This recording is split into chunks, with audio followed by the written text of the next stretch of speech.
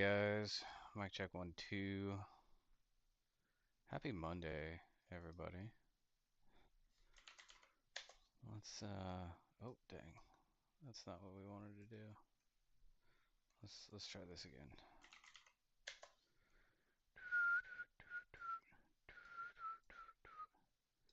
Alright.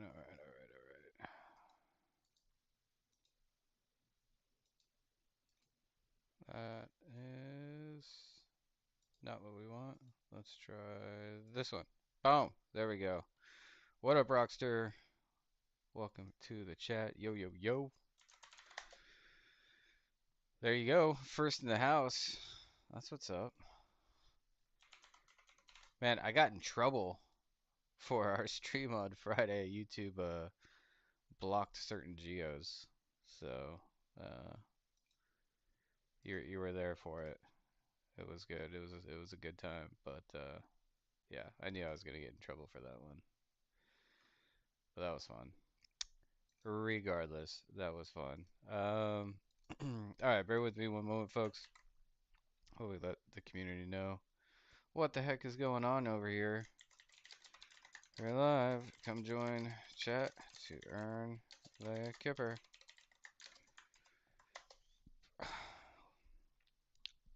Nice. All right.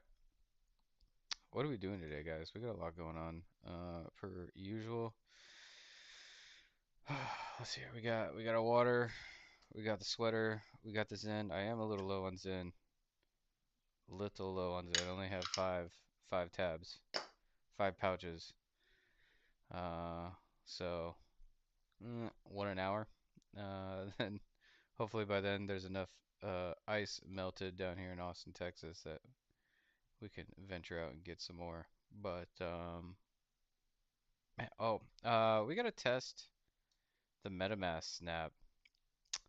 I'm gonna have to create a new profile for that one. Add Chrome profile. We gotta name this thing testing 1 2 3. Yeah, we need a new Chrome profile. So let's do this. Something's going on with the MetaMask snap. Not really sure what. Uh, uh, uh, uh.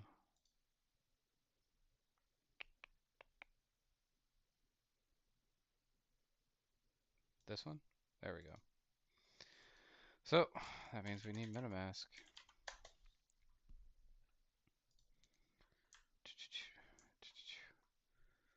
Zoom in so you guys can see that.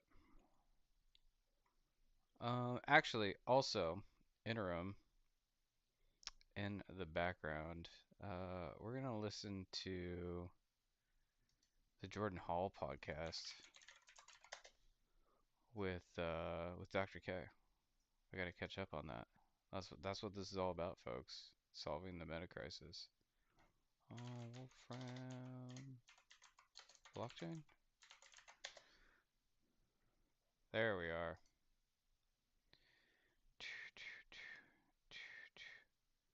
Is this part one?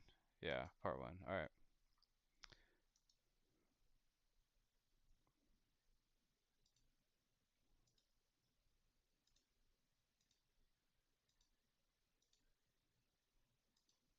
For.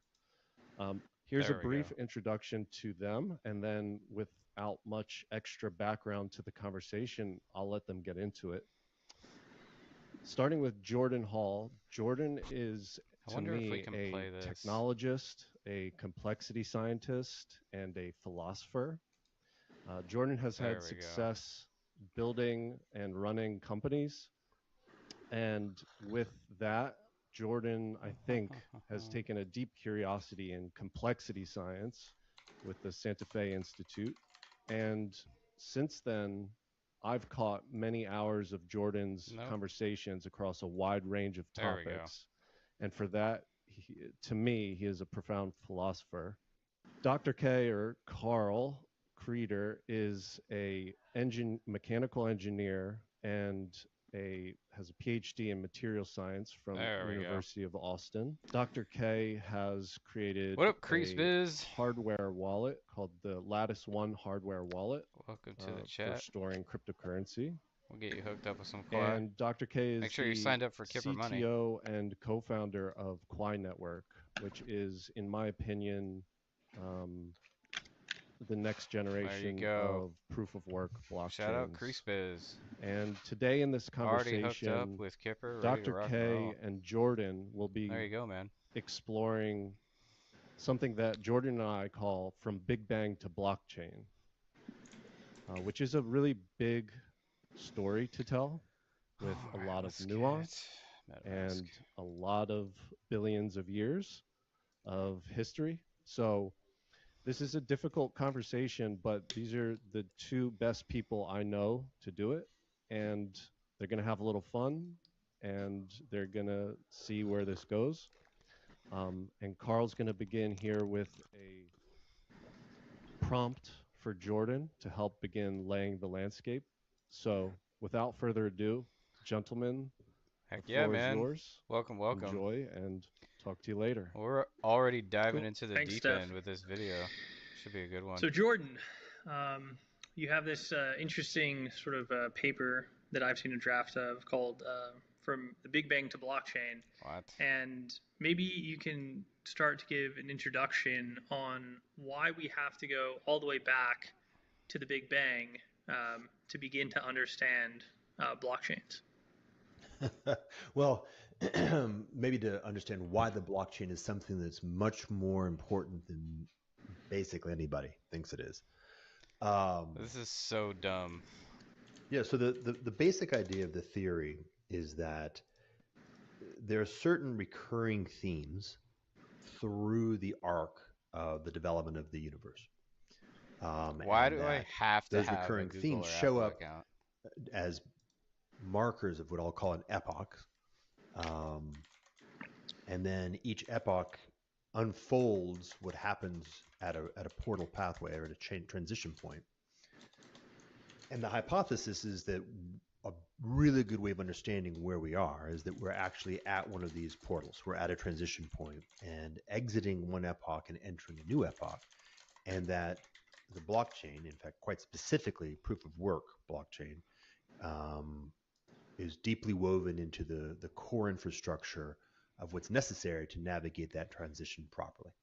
And so, um, some of the class, so the basic structure of the development of the universe would be not that confusing to most people. You would have something like the So energetic dumb. to matter transition, I really the have to basic log matter into to Google. chemistry transition, chemistry to life, life to behavior, behavior to This is so behavior could dumb. also be considered neurological organisms. Behavior then into culture, and then finally culture into whatever's coming next.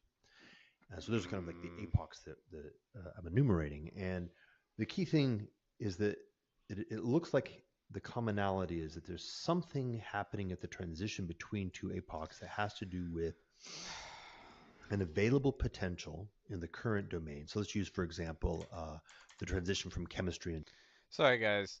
I just have to say, this is the stupidest thing I've ever seen. MetaMask, what the fuck is wrong with you? I literally can't create a wallet without giving you my freaking personal Google or Apple account. Like, unless I've already created a wallet and have a secret recovery phrase. You know what? That's what I'm gonna do. That's what I'm gonna do. Got it. Generate a secret recovery phrase for Ethereum.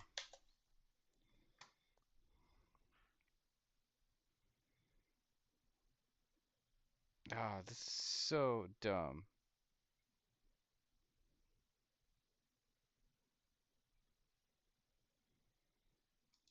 This is so dumb. We want 12 words. Auto compute, generate.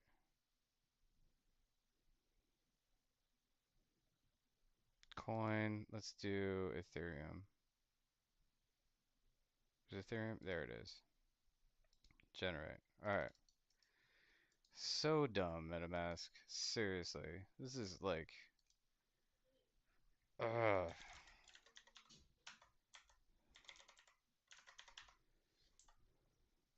Yeah, yeah, yeah, yeah. Oh, I totally misunderstood that. Jesus. All right, whatever. I'm gonna have to delete that tweet now. Let's delete. Let's delete that tweet. God, that's so non-intuitive. Uh, oh man, I need a review. I need to copy these. Okay, let's get back to our regular scheduled program. Sorry, folks.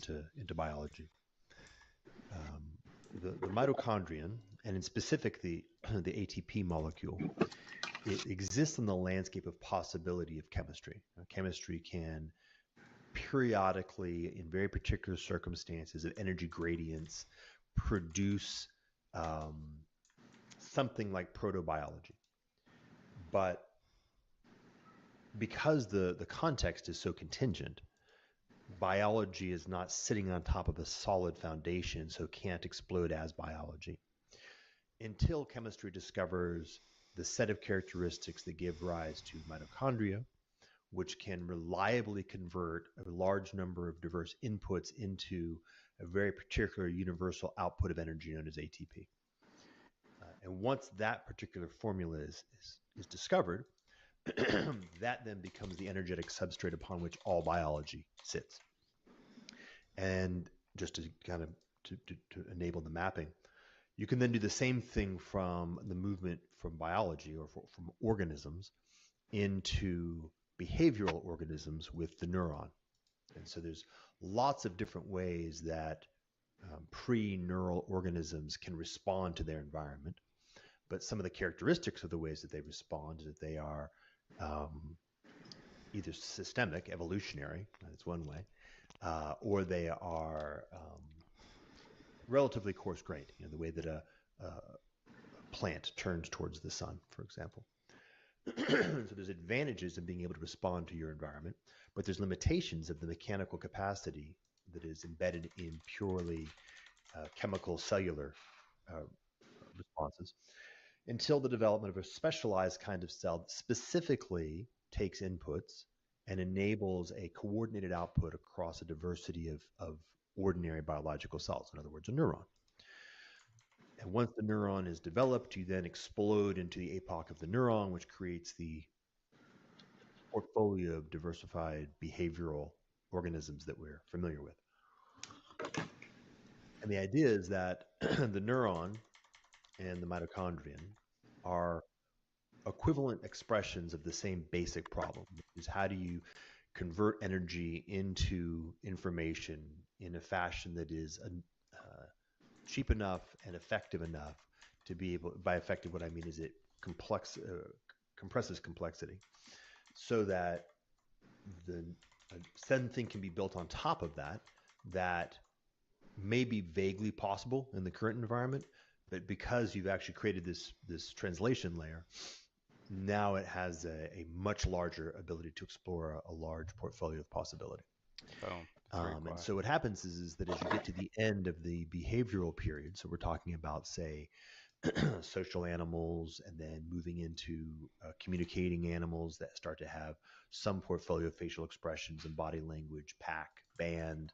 We're finally into the hominids, and then something occurs where there's a transition from merely, how would I say it right, language as an expression of behavior to language enabling becoming symbolic language, which can actually now become reified No. and compressed to enable what we call culture. So humans are cultural organisms in a fashion that other kinds of language or communicating animals, like say dogs or horses, are not, because language takes the latent potential of the behavior of communication and re-encodes it in a form that has, which I'm just going to use the word symbolic, that compresses and now becomes the substrate upon which you can begin to build a lot of different kinds of things.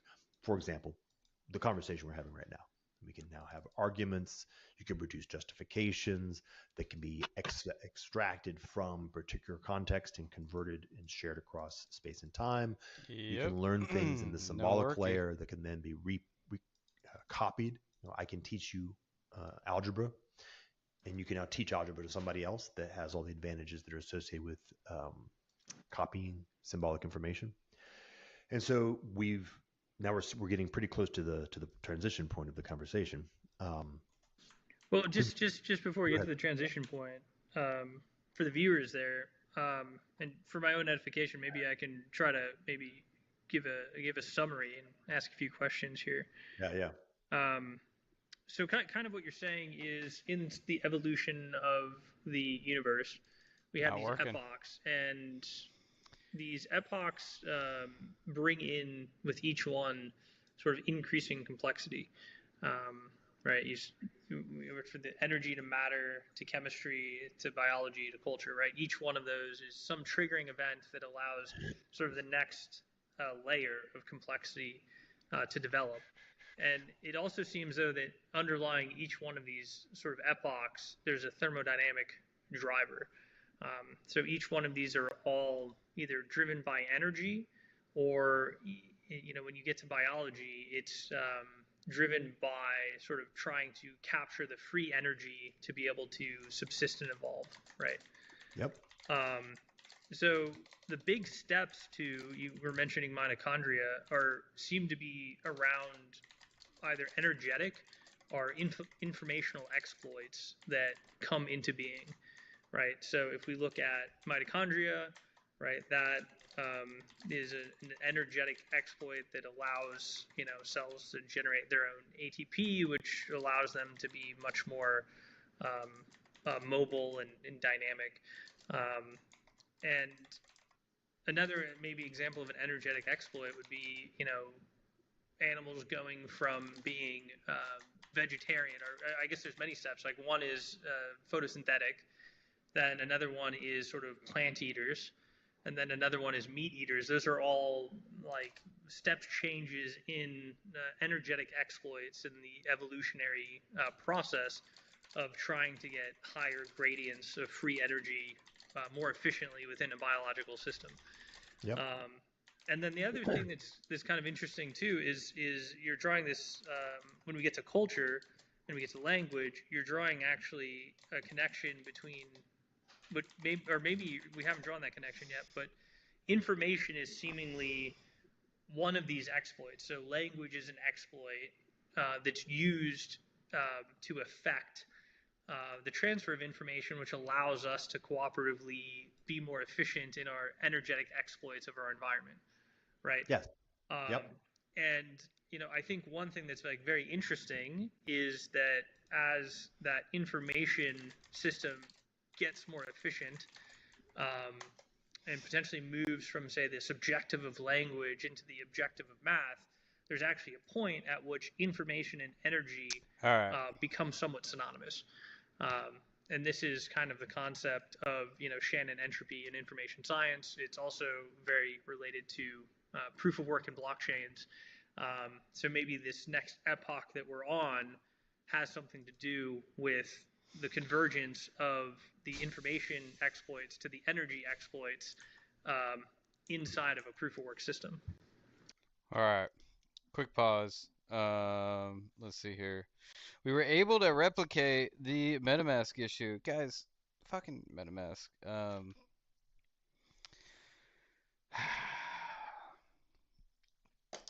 Do you really trust MetaMask? Do you really trust MetaMask? I don't know. I don't know. I'll be honest. I don't even like hold any Ethereum or any other tokens in the Ethereum ecosystem anymore. But unfortunately, yeah, the Quai MetaMask snap seems broken. Now, Chrome is telling me there is an update available. Um, so I might as well see what happens when I update. So stand by 1 second. I gotta do this in another screen entirely. And Hopefully this doesn't break anything midstream, but we'll do that. We'll get that rocking over there. Well, welcome, Master Crypto. Welcome to the chat. We gotta hook you up with some Quai. Let's do that. And then I gotta check in on my bullet journal over here. We got a number of things we actually have to handle, so we'll be listening to this conversation in the background. But welcome, Master Crypto Mentoring. Welcome to the chat. Creasebit says no, Rabby wallet is better. Um, I'll admit, guys, like the only wallet that I use these days is Pelagus. Um, I Pelagus and Tangem. And honestly, I'd rather like only use Tangem, but um, yeah, I really don't hold anything besides Quai and Bitcoin. So everything else, yeah, yeah, it's just not my jam. So, but shout out Rabby Wallet. I've heard good things about Rabby Wallet, and yeah. So, Master Crypto Mentoring, let me get you hooked up with a tip over here, Yeah, and we'll that's keep grinding. what's the opposite of burying the lead. I think we're going to want to dig into that really, really deeply. And there's also something about the recursion. So, Kill that. how do I say this right? There's something about the fact that what we're doing right now is special in the sense that we are actually using our information processing capabilities to specifically focus on the underlying intrinsics of the problem domain. In other words, evolution discovers neurology through a particular information processing methodology that takes place largely stochastically and over long periods of time and over diverse organisms. We're doing an information processing methodology right now between the two of us using the characteristics of the symbolic structure of language and some of the constraints that would appear to be part of the nature of how reality works around logic and things like that, specifically focusing on the thing itself. So add that to your stack. So not only looking at the place where information and energy begin to connect, but are also using a methodology that takes the place where information and energy connects as its focus. This is not a byproduct of a broader exploration. It's saying, hey, there's something that happens here where you're actually able to attend intelligence attention. You can attend intelligence to a domain, and if you attend it to the proper domain, so the relevant domain, something novel also occurs.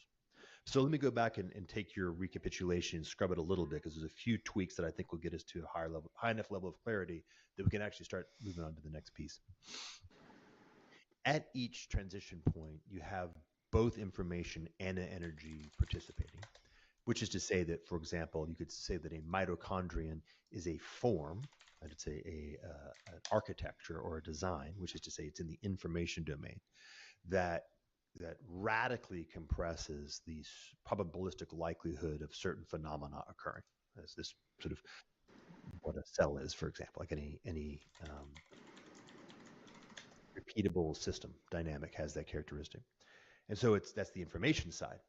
The biology is hammering on what kinds of context enfoldings, in this case, based on biology or molecular structures, produce a radical change in the entropy of the local environment such that relatively uncommon events like the conversion of glucose into ATP become remarkably common events. Right? So it's important to sort of generalize. That's what's happening, is that we're looking for a location in ordinary chemistry space where the sort of stochastic possibility of converting some number of input molecules into the unique output molecule of ATP goes through the roof. And therefore, of course, becomes effectively free in relationship to the previous domain before the existence of mitochondria. And then since the utility of being able to have a unified universal energy output is very high, and because now using that deriving that from an increasingly large number of contexts is also very useful. We've now found an extremely low energy state where the information energy combo hits, and now the explosion of novel complexity becomes available. So we sort of found a wildly low energy state in one complexity field that enables a new exploration of complexity on that domain, right? Because it's important to recognize that every instance of biology is a unique kind of instance, the more general instance of chemistry, and every unique instance. So then the next stage, as you described, is, and it's useful to even think about, carnivore, or to eat or consume other organisms, biological organisms, is explored lightly in the plant environment world. And you've got things like Venus flytraps, and you've certainly got plants that consume dead matter nearby as part of like virtual soil. But in order to exploit the energy that's available in being able to consume other organisms, one of the primary things you have to be able to do is you have to actually be able to go where they are. And so you have to be able to coordinate your behavior in such a way as to get there. And so you get protozoas and things like that that could start navigating the environment. And what we see is that the problem that you're trying to solve is the double problem of the energy input output of behavior. If I expend a lot of energy getting to my prey, and I can't convert enough of that energy back into my system requirements, then I die. And so anything that can figure out how to either perceive, right, this notion of perception, perceive prey at a very low cost, or coordinate structural dynamics so as to be able to move to prey at relatively low cost, has a huge advantage over things that just have to, sort of like an amoeba, have to ooze all over the environment. Of course, that's the vector. And so as the unlock of carnivore is available out in the environment, biology starts to search until it finds this super low energy state known as perception neurology that can take a large number of input from the environment to radically decrease the cost of searching the environment for successful prey, both in terms of where is it and how do I get to it. And then boom, you unlock behavioral animals, which is to say initially animals or animalia, biological organisms that behave, are animate, they move around.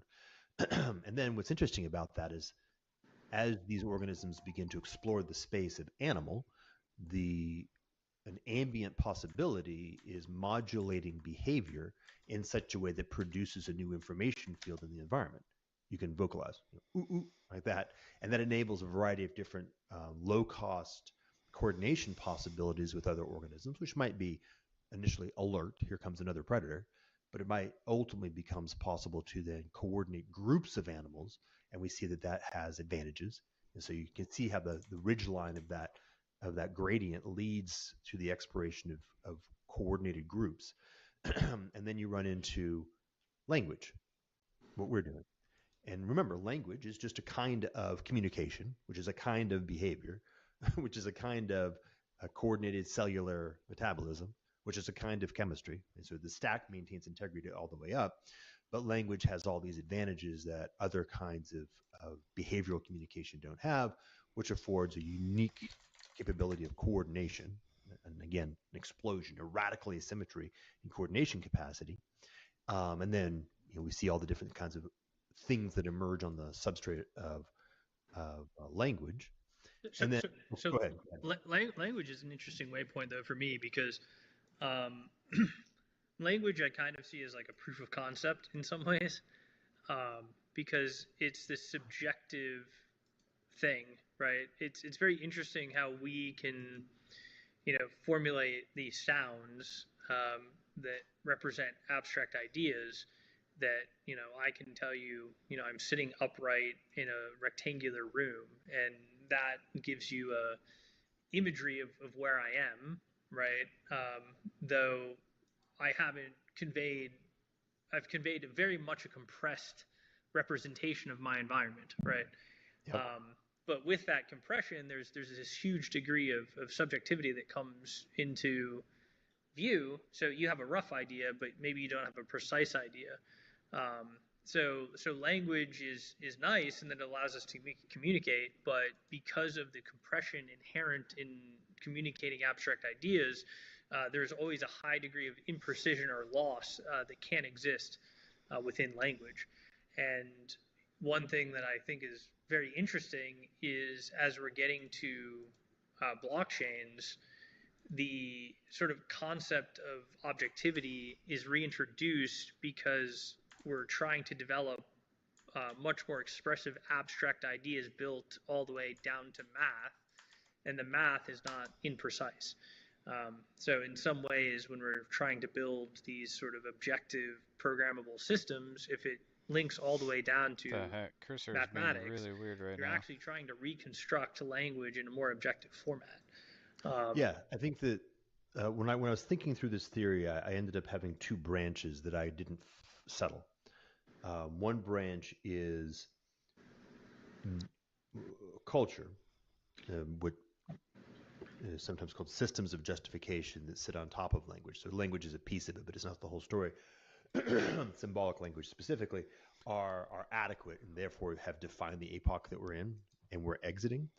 The other version is they're actually, as you say, proof of concept, and we've actually been sitting roughly for the past, call it 10,000 years, maybe longer, in the moral equivalent of the heat vent that was exploring the proto mitochondrion. In other words, we haven't actually gotten to mature language yet.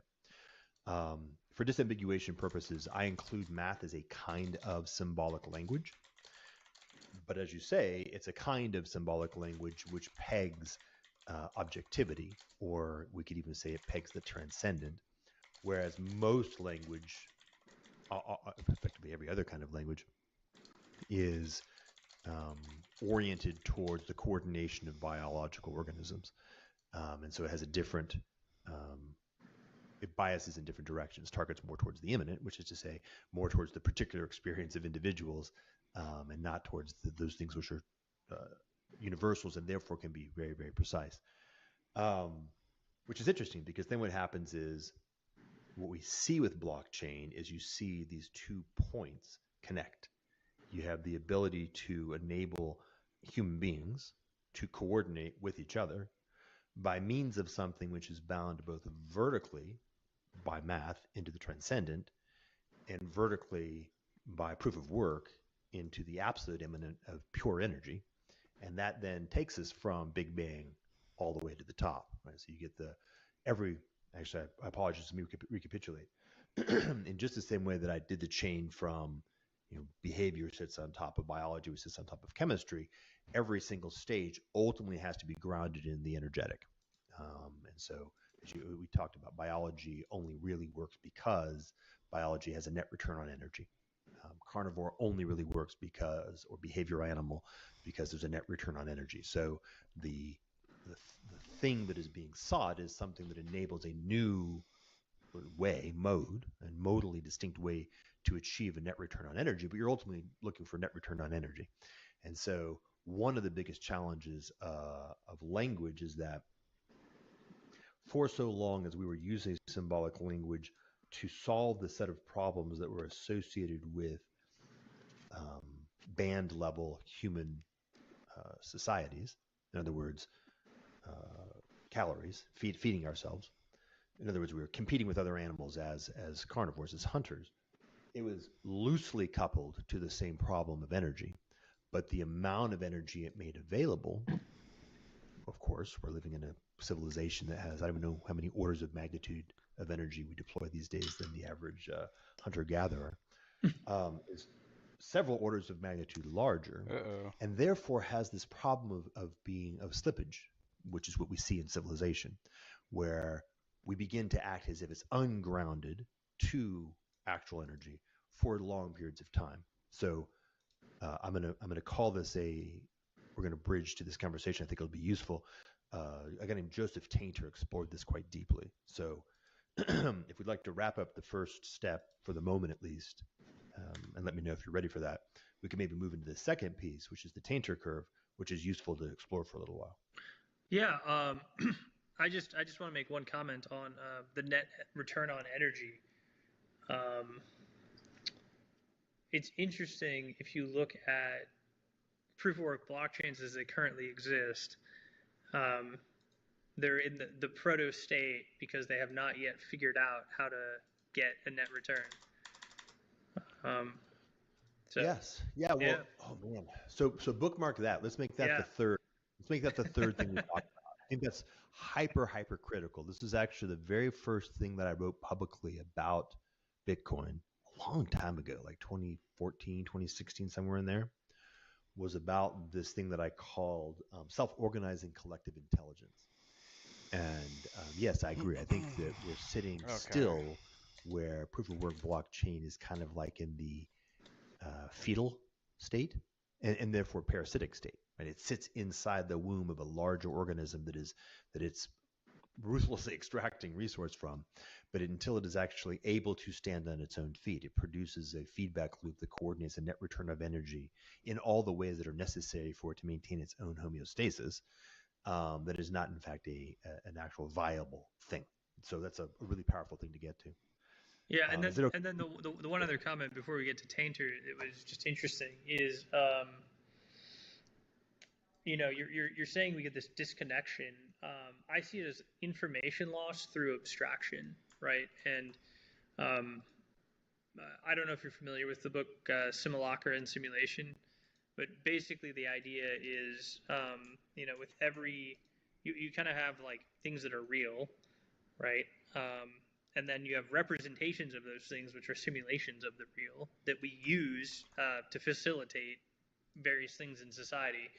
Um, because they're more efficient, basically, right? So Yep. instead of having gold bars or gold coins, right? I create notes that represent them, but then as those notes become inefficient, I create digital representation of the notes, which Yep. eventually stop representing the gold bars. So every time I sort of make one more abstraction, one more simulation or simulacra, it becomes farther removed from base reality. So Yep. initially, right, when we had notes in banks, they were one-to-one gold reserved, so you could redeem the note and you could get your gold coin back, right? So there was very little fidelity loss in the initial representation, but then as that sort of the next representation was fractional reserved notes in banks, and then there was further loss in fidelity of what that note meant, and then it went to fiat money where it doesn't represent anything and it no longer has this hard characteristic of energetically hard money. Um, right. So just as Yep. we abstract things, and that's not just money. That's many Everything. different things in society. As Yep. you get away from sort of the base that you're trying to represent as real, every representation becomes lower and lower fidelity, and with that, you get higher and higher degrees of loss. Yes, I think this is a radically critical element. It may even be the decisive element. And the language is that used, I think, is just right, which is to say that it's ungrounded or unbound. So if we can say as a general purpose rule, a defining characteristic of each one of these transition points is this energetic information location that has the characteristic of a radical Cool. collapse in entropy to achieve something that unlocks a new possibility of energy, Cool. but is always grounded. That's the key thing. It's always grounded. What we've discovered with civilization is something that enables an Nice. extremely large explosion of possibility, but it's not grounded, or at least not adequately grounded. So let me zoom in then to the way that I've mapped the theory, and I think it's strong enough to work with, which is the difference between the tribal level, or specifically the Dunbar level, and then Nice. the All right. civilization level. So I'm just going What to up, define some Steph? terms for simplicity. Meme Buzz. The Welcome to the idea is chat, that guys. symbolic language enabled humans to move We. into a new epoch from being behavioral Here, let me just animals pause to real being quick. cultural organisms. Catch some folks up. So clearly we're catching up on the dope podcast that Steph coordinated between Jordan Hall and Dr. K. In the background here, we just discovered an issue with the MetaMask snap um, for sending and receiving, well, really just sending Quai. For some reason in Chrome, the latest version of MetaMask has some issues. So I am updating my system right now on another screen to continue testing that. And then in the background here, we are continuing to build out our multi-sig implementation. So right now we're calling it Quai Vault. Um, and we'll find out tomorrow around this time if the social recovery module is working. But we already got some feedback for this thing, so we'll go ahead and work that in here. But welcome to the chat, guys. We got to get y'all hooked up with some tips. Let me bring this back up. So yeah, Steph, big tipper. Again, welcome to the chat. I definitely need to tip you for some of these freaking podcasts. Absolutely. Boom. Can't believe I haven't liked this one. I'm getting around to it. I'm getting around to it. And then Meme Bus, welcome to the chat, Meme Bus. Um, Meme Bus, I'm actually curious. You're somebody who I've only seen recently around the community, but more than glad to have you. Obviously, you are catching up quickly on what's happening over here at Quai Network. But tell me more. Am I just blind? Have you been around for a while? What brought you to Quai? Let me know in the chat what how you got introduced to Quai and what originally got you hooked.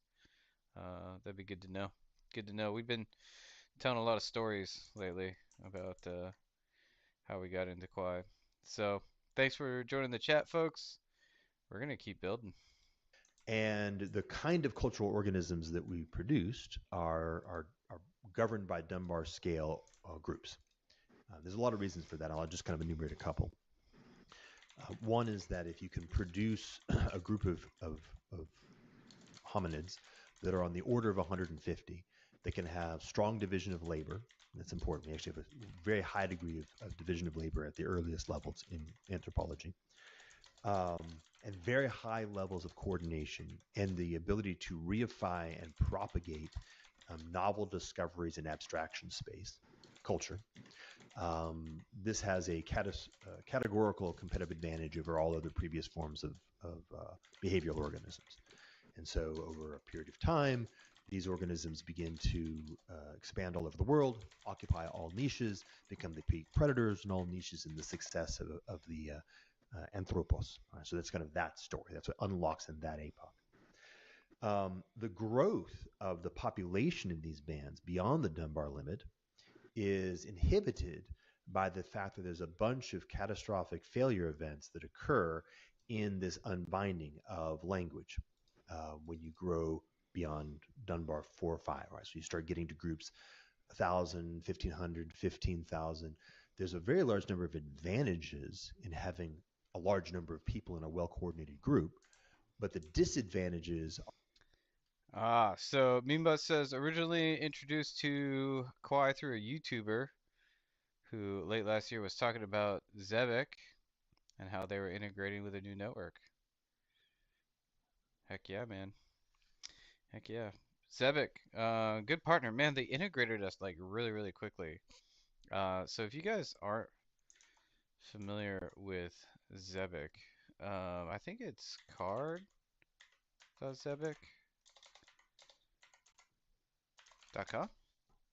No, no. Card.zebek.io? There we go. Yeah, Zebek is fully integrated with Quai Network. They have KYC and non-KYC options for paying with Quai. Now, keep in mind, this is a great option for spending your crypto. But when you load your Zebek card with crypto, it actually sells your crypto in market and loads your card up with US dollars or whatever fiat you support. So just keep that in mind. It's not actually using the crypto rails, but it's a great stopgap for getting rid of the current financial system and fully pivoting to crypto only. Are that the various Cool forms story, of perfection Beanbus. behaviors, Glad to the hear it. various forms of It's always exploitations fun of unbounded abstractions that when can occur partnerships inside that group bring in more people and are more awareness to adequately Quai Network. policed inside the Dunbar, which is to say, when human beings have an incredibly high degree of intimacy around and model of every other member of their social group, but are inadequately policed outside of the Dunbar limit, where you're beginning to interact with people who are effectively strangers and who therefore can, let's say, pass a counterfeit bill. If it's very difficult to trick your uncle into taking counterfeit money from you twice. Um, I'm thinking in an Aboriginal sense, right, where your Yeah. uncle's known you your whole life, and you'll encounter him, 50,000 times a day. It's not that hard to trick some complete stranger in taking a counterfeit bill, and there's an asymmetric advantage in doing so. Right? So the Cool. the exploit created, or the collapsing of larger populations became very similar to a I have some non-stable questions about this structure of social recovery scaling module, humans though. for a long period of time. But because the advantage of just being an Aboriginal group of humans was so high compared to animals, we explored those larger populations, but they didn't really become stable or important in the landscape. And what mattered was the expansion of Dunbar scale humans throughout the globe until we had filled all the niches. Once we'd filled all the niches and began pushing on each other, the exploration of what would it look like for us to get a larger group of people coordinated became a really powerful opportunity. Well, And so we and just, that's where the hierarchies start, which is also an example yeah, of a simulacra, right, or a simulation, yes, right, where we have our Dunbar group of 150 people, and then we have the leader I that's gotta supposed to remind then Alan about in aggregate represent events. all of our interests with coordinating with the next group over, and so then these two people are going to roughly compress all of the data that represents our group, and then we hope that they act in our best interest. exactly. That's a first level then compression or simulation past the Dunbar number, and maybe at one level it's perfectly fine. And then what we see is when you then have a ton of those representatives, and then they need an aggregate representative, and then we compress that data again. You do that 2-3 times, you end Yep. up with Washington D.C. Right? So it's Right. So to zoom in on that. So we're zooming in on this transition point between the Dunbar level and the scaling past Dunbar. Okay, so we just learned something here. So basically, what I asked was, let's dig into the social recovery module. I wonder if it's possible to update the configuration while a recovery is underway. If so, this seems like a potential attack vector. Um, Setup recovery can update the configuration while recoveries are pending, and execute recovery reads the config at execution time, allowing threshold manipulation. So it went ahead and fixed this. The attack scenario is 1, increase threshold. Recovery initiated with 2 out of 3 to approve owner changes, to 3 to 3 recovery can't execute. Right? So if somebody is taking a hold of your multisig and you attempt recovery with 2 out of 3 approvals, um, the attacker could update the threshold to 3 out of 3 approvals, effectively negating your recovery attempt. Additionally, the recovery initiated with 3 of 3 approvals, somebody can update the configuration to only require 1 approval and execute a recovery with only 1 approval. So by adding a contract to check to prevent config updates when recoveries are pending, adding front-end validation to warn prevent this, storing the threshold at initiation time in the recovery struct. So it actually fixed a vulnerability in our social recovery module. Um, yeah. And then implemented proper tracking of pending recoveries. And added front-end validation. Cool. Cool beans. So now what we need to do is redeploy our smart contracts. We need new smart contracts now, folks. Okay, let's redeploy all the smart contracts. Let's update the .env with the new contract addresses and the front end with the new ABI and bytecode. Boom, boom. Level. What was discovered was precisely this problem of the simulacrum, which is that if we begin to produce adequately designed and adequately policed simulacra that enable us to do things like create a formal identity of chief that is unbound in direct relationships. Right? We had leaders, we have leaders ubiquitously in smaller groups, but they're driven by immanent relationality. In other words, the leader is in fact the one that everybody simply follows. That's how it works. How do you know the leader? Well, because everybody follows them. Why do they follow them? Because they're actually the best one. And as soon as they're no longer, that's discovered pretty quickly, and somebody new fills that role. But when we convert that into a formal role, living in abstraction space, right, I call this the King Joffrey effect.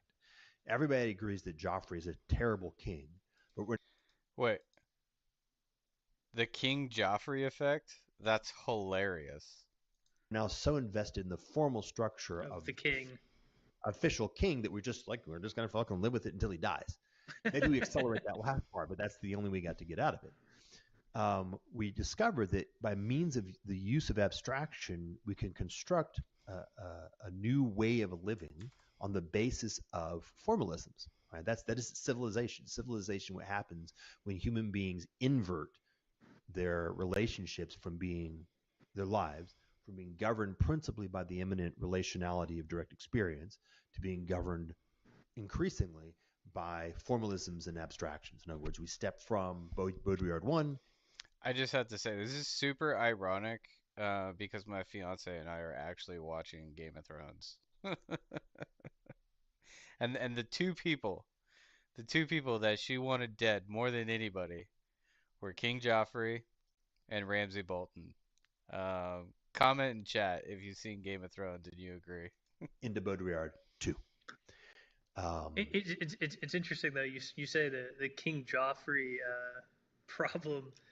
I think Hilarious. most people in present society have that viewpoint of our current political and ruling system. Yep. It's Well, terrible, but we're just gonna live with it till we die because there's nothing until we we can die. do Well, about it. let's look at the Tainter piece. Let's look at the Tainter piece for a while. Yeah, let me bridge that. So bridging to the Tainter piece, what the argument here, and there's two really good analyses. One is Joseph Tainter, and the other one is Carol Quigley, who was a historian in the evolution of civilization, I think it's called. And they, as far as I know, didn't know about each other and didn't communicate. And they use very different language, but they discuss more or less the same thing, which I'll largely roughen in my own way of discussing it.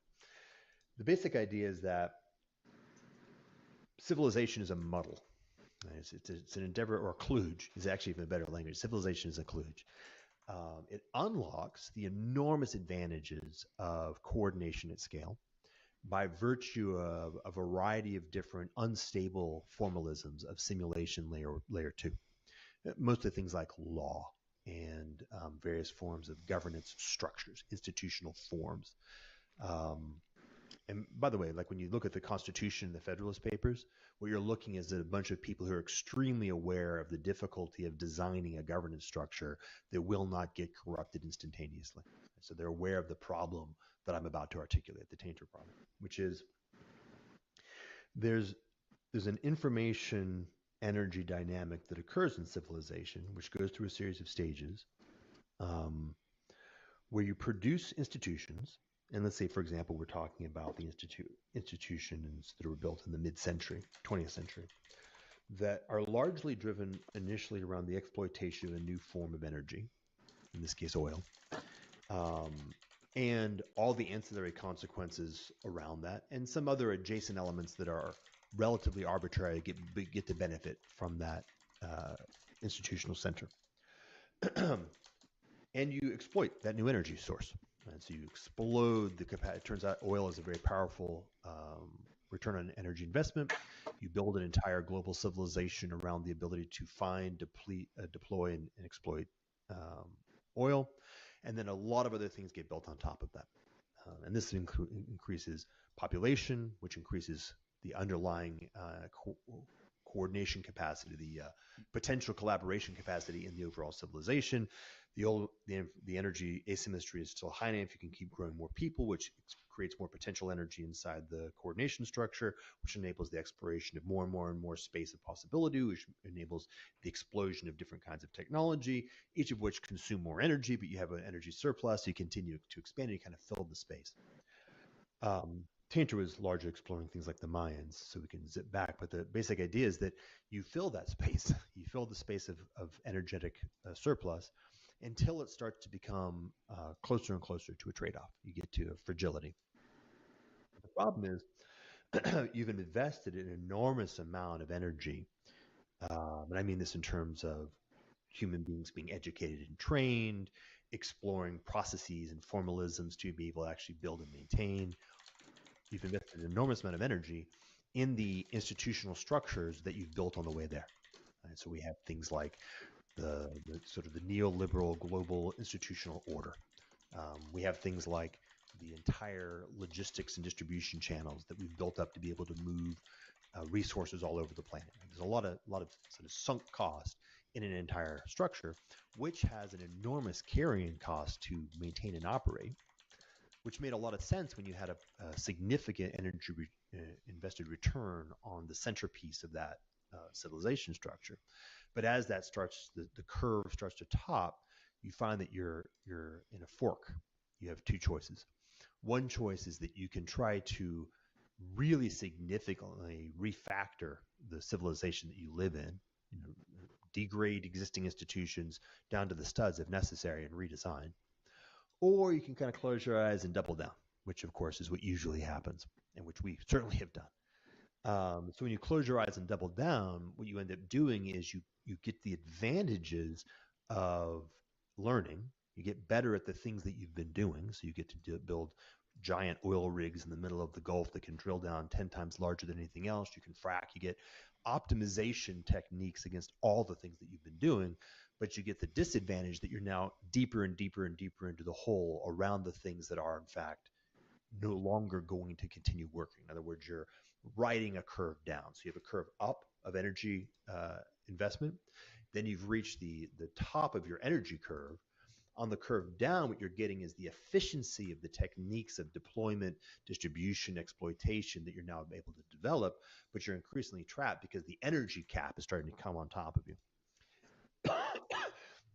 And so what he points out is that this leads to a recurring cycle of rise and fall. That civilizations rise, they get trapped by their own success. They commit to staying in their own success, sometimes known as the innovator's dilemma, which means they get this weird pseudo golden age, which by the way maps to simulacrum layer 3, which on the terms of where you've been looks like you're doing better, but on a global view is actually you're eating the seed corn, you're consuming your potential. And then there's a point at simulacrum 3 to 4 where you begin to realize, oh shit, I'm screwed, and you usually just crash. We could look at like the fall of the Roman Empire as an example of that as well. So it's interesting though when you talk about the innovator's dilemma. I think that it's really you're trapped by the fragility. Yep. And that you've created such a complex system, you can't redesign it in flight because you're barely keeping it up, so to speak, right? Yep. Most people, maybe a little bit more in sort of blockchain and cryptocurrency land. Most people are pretty unaware of the degree of complexity which their everyday existence is dependent on, right? Not to be a downer, but one example of this is a CME, or a coronal mass ejection. And if a coronal mass ejection happens, and which it will statistically, of the level of the Carrington event, which happened in the late 1800s, if that happens today, it basically takes out all electronics in existence. It takes out the power grid, it takes out computers, it takes out cell phones.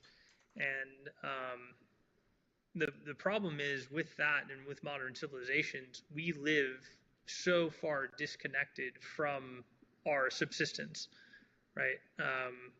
If you're working as most people do in some sort of field that involves a computer, you're probably 100 steps removed from the food that you're eating that day in terms of abstract events that have to happen with things like money.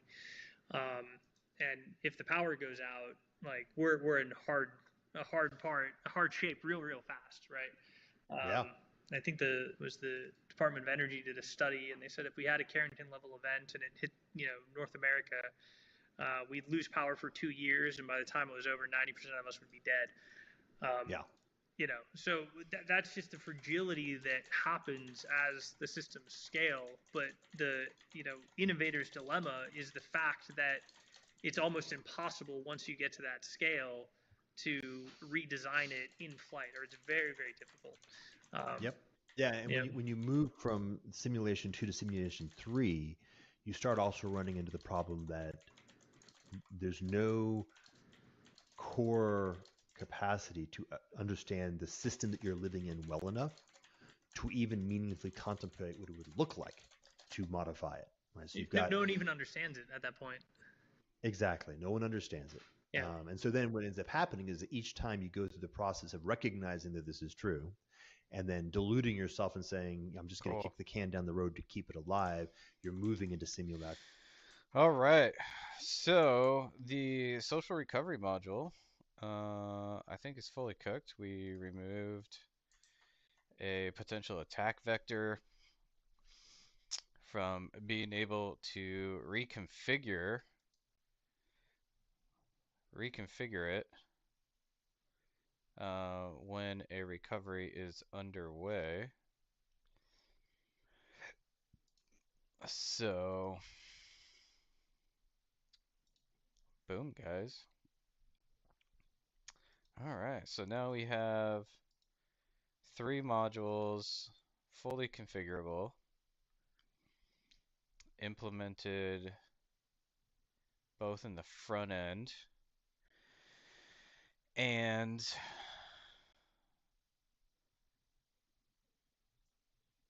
in the smart contract layer. So let's bring these in here. Approve this transaction. Yeah, let's bring all these in here, and then we'll take another double check. Level 4, at which point nobody even knows that reality is real, right? And then then you hit the wall, right? Then you hit the wall hard, and you get rebooted at whatever population can be sustained at whatever's left over. And that's actually how it has worked. This is critical. Civilizations have gone through these cycles across all the different continents, like a wide variety of civilizations, through a wide variety of particular arcs. Like the Roman Empire was not an oil-based economy; it was ultimately a slave-based economy.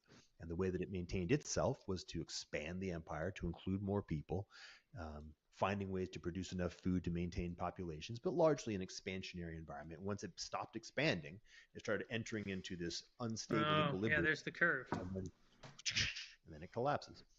They also, as a reference point, they also debased their money during this time. In almost exactly in lockstep, right? Yeah. You can map it. It's like a snapshot of, are we in that stage? Yes, we are. Everybody seems to follow the same trajectory. They did this thing. They had the Antoninus. It was a silver token, which was the main currency in the Roman Empire. And so what they did is they started adding a little bit of copper. And then over this 100-year time frame, it went from being 100% silver to 99% copper. Yep. So it's great, isn't it? Because that actually can give you a numismatic tracking of a phenomenon that, in principle, is theoretical. You can look at it, and there's a line. There's a line drawn at the moment where they make the move, and then you can actually see that these once you're in a regime, once you've sort of moved from simulation 2 to simulacrum 3, you're now on a trajectory. It becomes more and more deterministic of the way this system's going to go. At the soft point, we can use, to make it a little bit simpler, if you're sitting in like a 40-person innovative company with enlightened leadership, and you look at it and say, okay, we're about to get trapped in our own success. Let's all step back and re-innovate. You can totally do that. Right? It's not easy. It requires some pain, but you have the coordination capacity, the flexibility, and by the way, the ambient richness of complexity of small scale human groups to do that. Nice. And you say, hey, you three people are used to be doing this. For the moment, completely retool what you do so you can focus on this thing over here. But once you've crossed that point, you're like, actually, now we're a 500-person organization that's milked the cow instead of repurposing. We've actually milked it. Well, now we're really screwed because now we have a bunch of domain specialists who can't possibly be repurposed. They don't really know exactly how the organization operates because the underlying complexity of the organizational dynamics are All taking on right. a life of their own. So then, you end up then being if you can survive, you end up consuming the environment around you to simply support what you are. I think everything that's happened in our economy for the past 50 years. Until there's no way out, right? And you're stuck, and then reality has to assert itself. So that's the problematic of what happened. This is my argument. We moved from symbolic language at the Dunbar scale into civilization. Civilization lives at this murky transition point. But what we want to say, what I argue in that paper I sent you, is that we can start thinking from a design point of view of what is an adequately constructed, what was it called, binding structure that is grounded, intrinsically grounded, inescapably grounded in energy on a continuous All basis, right, we're gonna build out some and docks. I'll be right back. maintains the right kinds of information compression that can serve as the kind of foundation that does not involve these various civilization trajectories, but for something that is civilization-like in scale. And so we can actually get the advantages of coordinating large groups of humans or other kinds of intelligences. We'll talk about that, I think, later as well. But without falling into Tainter/Quigley style death spirals. And this is where the proof of work blockchain enters as the surprising potential answer. So it's interesting. Just a couple comments here on the Roman Empire. You also see that in companies as well as you're doing your company analogy, right? You look at like HP, Yep. for example. Great You example. look at Dell, right? The issue is once the companies get to a certain size, they were the innovator, but then they can no longer move as fast and repurpose as smaller organizations. So sort of every arc of every big company, is like very great at the beginning, but then it kind of does a curve, and then a lot of times you see them eventually go away. Yeah, interesting. The other comment I wanted to make too is on when we're talking about sort of retooling. I think what you're trying to get to is you want something that What has up, a Energy? lossless representation in your first layer Welcome to of the your chat. sort of information system, right? So, i.e., the money. Let And me if you can hook you up make with it a so that tip, the good money sir. doesn't have loss in its representation, or you can minimize that loss. Mm-hmm. Yeah. How was your weekend? That- How was your Yeah, weekend? and so just kind of like expand on that. I was just thinking about the article that came out recently, like maybe in the last month. I'm not sure that I don't think nothing's perfect. It's good, it's useful. Talking about the notion of autopoetic institutions, and the symbolic structures that the institution uses, because an institution Don't lives ruin the chair. entirely on the movement of symbolic structures to make sense of its environment, and in particular to make sense of its own health in its environment, right? Sometimes known as KPIs, which by the way includes money, right? Money is a signal that indicates certain, let's say, energetic returns. If I'm spending Short 1,000 and and making sweet. 1,200, at least I know that I'm doing Well, at something that least has it some was kind of sweet. positive energetic return. Hopefully you And avoided some winter weather. but once you can start to counterfeit that, and all the KPIs can be laundered, and every single signal that you're getting is in fact only valuable because it's a signal that you use, right? That's that horrible next move, right? Once you've identified a metric, it gets gamed. But also, once you've identified a metric, you begin to value the metric because it's the identified metric against which everything else is organized. And so you get invested in that. That's another way of articulating the Tainter collapse. Unless you can have things that provide a reliable signal of actual reality outside of the simulacrum, then you will get captured in the simulacrum, and then that's that. Yeah. So this is why. So we take a look at money as an example. You've got sort of three regimes of money that have existed thus far. One is, let's just use it, gold or resource-based money, some kind of object that is part of nature. The second, of course, is fiat-based money, which is an object that is a part of culture. And then you've got this new one, which is proof of work. Let's just say we can do kind of the experiment by history. The gold bugs won't like this, but experiment by history is that neither of the previous two are stable, largely because, well, the first resource-based money is too loosely coupled to the actual constraints of reality, specifically of energy. You'd like to be bound to energy, not bound to, let's say, gold. Gold is a proxy for energy, not a tight enough proxy. I actually don't think that's the problem with gold. I think that docs page. Generally speaking, it does converge in terms of its. So there's like two metrics for gold. If you look at sort of the production cost versus the market cost, those do want to converge over time. Now, there's issues in terms of relative elasticity of supply versus demand, where they'll decouple over short times, right? But over time, like those two items like do want to converge. I think the actual problem with gold is the physicality of it, meaning the issue of storage, division, and transport, which left the opening for fiat money, right? If you think about like why someone would take on the notes, it wasn't because gold had some sort of inadequacy of the representation of energy, i.e. hard money. It was because it sucked to use, right? And like the note became a easier facilitator of exchange rather than the ounce of gold itself, right? Well, it's probably not useful to argue about the first part. I'm not sure that I agree that the proxy is strong enough, but the second part, which is the resource-based currencies, because they are always going to be harder to use than something which is purely abstract in a variety of ways, leave the niche open for that abstraction to occur. And there's nothing about them, like you said, we saw with the silver coin getting debased. They're also frightfully easy to debase. And so because that niche is open and because the advantage, just like civilization is in some sense an exploit of language, the ability to exploit the gaps in resource-based money means that at some point you're almost certainly going to explore that niche. You got a lot of docs here. Those who do explore the niche get the temporary short-term advantage of doing so. And that's critical.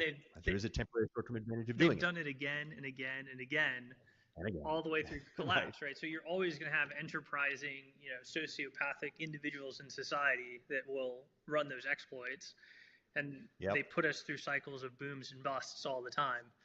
Like I don't even know how many times you could count that it happens. So unless we like fundamentally address a commodity like money not having those material characteristics which leave the opening for no snowfall on the West Coast or fiat based or simulations of commodity based money.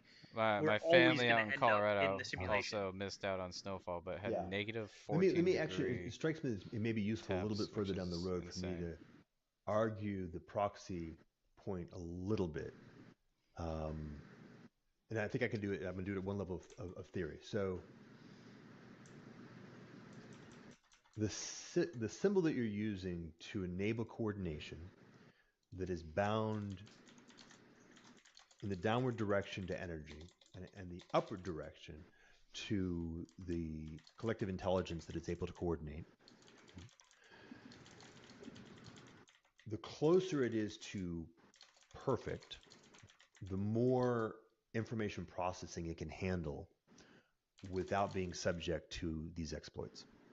So if you're running a relatively simple society on something like, let's say, gold, the fact that gold is relatively close downward to energy and that the ability to coordinate extraction of gold is relatively close to the coordination capacity efficiency of your society in general. Right? So the the degree to which it is a proxy for my civilization's coordination capacity here. Let me say that again so I can be more clear. Everybody is always going to be advantaged to be able to find a better way to get gold if gold is money. So that at the efficient frontier of your ability to Nice. We gotta deploy ping the human Monerotopia resources to folks. find and exploit gold, is a reasonable proxy of the efficient frontier of your society's capacity to do anything. That's what I'm saying. So it's a proxy for coordination capacity at the top. And the limiting factor of the explosion of gold, discovery and extraction of gold, is that there's an energetic cost. It's the amount of energy necessary to dig into the dirt and pull it out and refine it and process it. And my efficiency in doing that creates a competitive challenge with other people who are doing the same thing. So it's a proxy in both the coordination capacity and the energetic level. Well, let me maybe refine that a little bit. I think um, the efficiency dictates sort of the market price, right? But the coordination capacity is actually the supply, technically. Yeah, exactly. Yeah. So at some point, like let's say we weren't in a growing society, we just had like a Boom. fixed level. You only need so many ounces of gold, and you don't need more unless that society like grows, and you might need less if it shrinks. But um, at the sort of point where you're producing it, the market price is Alright, let's dictated see by what the this looks like. efficiency, but the information capacity is the aggregate supply. Boom. Overview, getting And if started, you multi-sig if you can find a wallets, way to social produce a recovery, more efficient front coordination end guide, structure, developer which guide, is able to security, more effectively find gold frequently in asked the questions. world and bring it into the market, that gap, that arbitrage that is uniquely Cool yours for however beans. long as it holds, provides the incentive for people to deploy various kinds of techniques to try to get better at finding Which, gold. which is Now, I'm which using is in that. effect the market price, right? But Well, it will affect the market price always to your advantage for as long as you're able to hold that correct, advantage. correct. But what Yeah. we're really trying to do though is, in some ways, figure out how to make the aggregate supply more efficient as an information transfer system within the economy. So regardless of how we produced it, right? We also want to then Oh, say, I agree, but we're actually, so we're talking at cross purposes. I'm talking about the degree to which a particular form of money is able to play the role that money needs to play. Nice. And we're doing the same yeah, thing. I'm just talking about a vertical. You're talking about a horizontal. Yeah, horizontal. But let me yeah. just talk about the vertical for a It's moment. two different axes. Yeah. So, like, we can talk about the construction of and discovery of the world was almost entirely driven by the desire to find arbitrage in gold, in the late 1400s, early 1500s, and early even through the 1600s, which of course produced a Boom, downstream boom. consequence of a very large number of developments around more effective navigation, more effective Alright, ships, the guys. solution to scurvy, Chronographs. et cetera, Let's right? ask Cursor. Throws off, yeah, exactly. It What's throws off a whole set next? of ancillary benefits. But the ability to deploy the capacity to go out and find more gold was the kind of the initial, for the obvious reason, right? Because whatever is the source of money is going to be kind of the Cantillon axis mundi.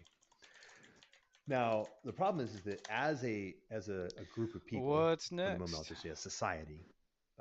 I mean the certain thing by society in my own language, but for our purposes, we could say a group of people, a society, gets more and more and more complicated. The effectiveness of the proxy needs to be tighter. So when you move into an AI world, where the amount of information that's flowing through the coordination structure is something maybe on the order of 9 orders of magnitude higher than where we were, say, 10 years ago. Um, there's a variety of different problems that happen when you're using something like gold as your form of currency. You need something like proof of work blockchain, which has the advantage of being an equivalently more effective representation of the core of what coordination structure is in principle, mapping to the information purity of Alright. AI, and an equivalent. Let's review this real quick. So, project status summary. Core multisig functionality is fully implemented. All three modules deployed with full UI. Social recovery, daily limit, and whitelist module management. Enable, disable with configuration UIs. Owner management, add, remove owners, change threshold, transaction workflow, propose, approve, execute, cancel, revoke. Transaction history with decoding and lookup, real-time updates, polling with page visibility API, documentation, 9-page doc site, security fixes, social recovery, threshold locking, and config protection. Needs attention, testing, critical for audit, contract tests, only multi-sig wallet is tested. Missing tests for proxy factory, social recovery module, daily limit module, and whitelist module. Front end tests, no tests currently. Need component and integration tests. Um, Priority number 2, security audit preparation, NAT spec documentation. Contract need complete NAT spec comments, effort 4 to 6 hours. Internal security review all contracts before external audit. Priority number 3, UX improvements, transaction preview. Show decoded transaction before proposing. Better error messages, more user friendly. Quick wins, copy to clipboard, block explorer links, etc. Mm-mm-mm-mm.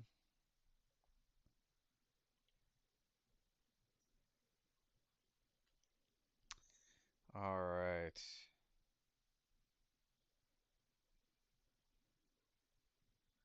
All right. Let's focus on these quick wins real quick. Um, let's work on priority 3, UX improvements. Yeah, let's do that. We'll work on the UX improvements. Low hanging fruit, guys. Low hanging fruit. in the downward direction, mapping to pure energy. And so you can't possibly get a better proxy for binding to energy, and you can't possibly. And this is important, right? We're actually moving from a heuristic approach. In some sense, you could say gold is like you know inches. It's a nice way of building bridges. But when you move into the place where your tolerances are at the microns, and you're trying to build the Webb telescope, you need to have something which has a very, very, very tight fit to the system dynamics under concern. And here we need coordination structure needs to be literally our capacity to coordinate computation and run processing, which is, by the way, in a second we're going to talk about why certain algorithms, why Bitcoin's algorithm and Quai's algorithm are different. And you need something which is grounded in the raw capacity to deploy energy against compute Yeah. at the So, bottom. so I think it is maybe helpful to just try to define the two axes a little bit more. Come here. Yeah. So sort of the one axis, I think, has to do with this concept of the relation to energy itself and gold. And we can keep with that analogy because I think, at least for now, because that's something people can kind of hold on to more easily. And then the other one is the axis is sort of how efficiently gold can be used as the mechanism of information transfer, right? So Yep. um, when we were talking about the first axis, which is its relation to energy, um, Oh, dang. there is an You got a imprecision in you it, got a in foot of that snow, mean bus? for any given point in time, the actual production cost of gold does not match the market price, right? There's going to be times where there's greater demand, and when that happens, you can't instantaneously scale your mining. There's sort of like a finite resource, so Yep. you're going to, for quite a while, actually be able to produce gold sub the price of gold, right? Yep. It's the time. Right. Right. You got a propagation through the system issue. Right. And there's something innate about the distribution and discovery, right? So it's not just like, oh, I have a gold mine and I can just ramp up production. There's like a finite amount of production that we can get out of those mines. So you actually have to go try to discover new mines, and those can have, Yep. years or decades. All right. Cursor says reusable copy to clipboard utility. Okay, we're actually using this new component. Block Explorer links, created front end source with utilities for Explorer URLs, created Explorer link component for transaction and address links, added Explorer links to transaction lists and detailed views. Created transaction preview component with decoded function calls, gas estimation, transaction type detection warnings for contract calls, execution method indicators. Nice. Integrated preview into new transaction page before submission. Improved error messages. Created new utility. Yup. Created confirmed dialog component with variance, danger warning, info ready to use for destructive actions. Remaining tasks. Add confirmation dialogues for destructive actions. Improve empty states. Enhance empty state messages with helpful guidance. Alright. Let's continue with remaining tasks.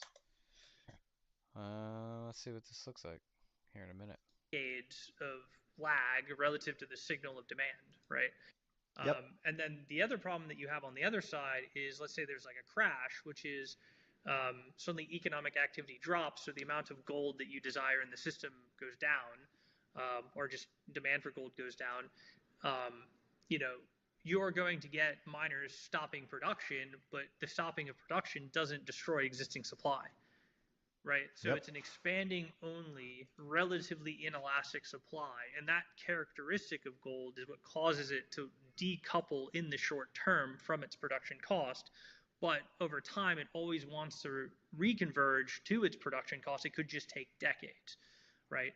So, Yep. so its inefficiency as a proxy is the fact that we have these, issues with supply as relative the responsiveness of supply relative to the volatility of demand would be maybe the way to state it. Yeah. So that's sort of the energetic axis and like why gold doesn't work well as money on that axis. And that's actually one of the Keynesian arguments about money and why we had to move away from the gold standard was the lack of elasticity in supply, creating booms and busts in the economy. Now, I'm not necessarily saying that they're correct. I'm just saying that is definitely one of the primary arguments that they posed. And then on the second axis, in terms of gold, gold is inefficient in terms of its sort of TPS, if we want to use the blockchain analogy, right? It's a very low TPS system, Yeah. and it has a very high transaction cost in the base metal, right? And so those are the two sort of problems with gold. And we can say, oh, well, we don't care about the efficiency. The problem is that is what leads the opening to the notes, to the exploits of the enterprising sociopaths, which ultimately, because of those inefficiencies, create systems which become exploited simulacra, right? And that is the fundamental conundrum that like we find ourselves in as modern humans trying to use money.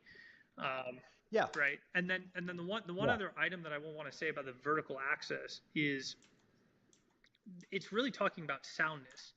So I don't know if people have like defined sound money well, but my definition of sound money is that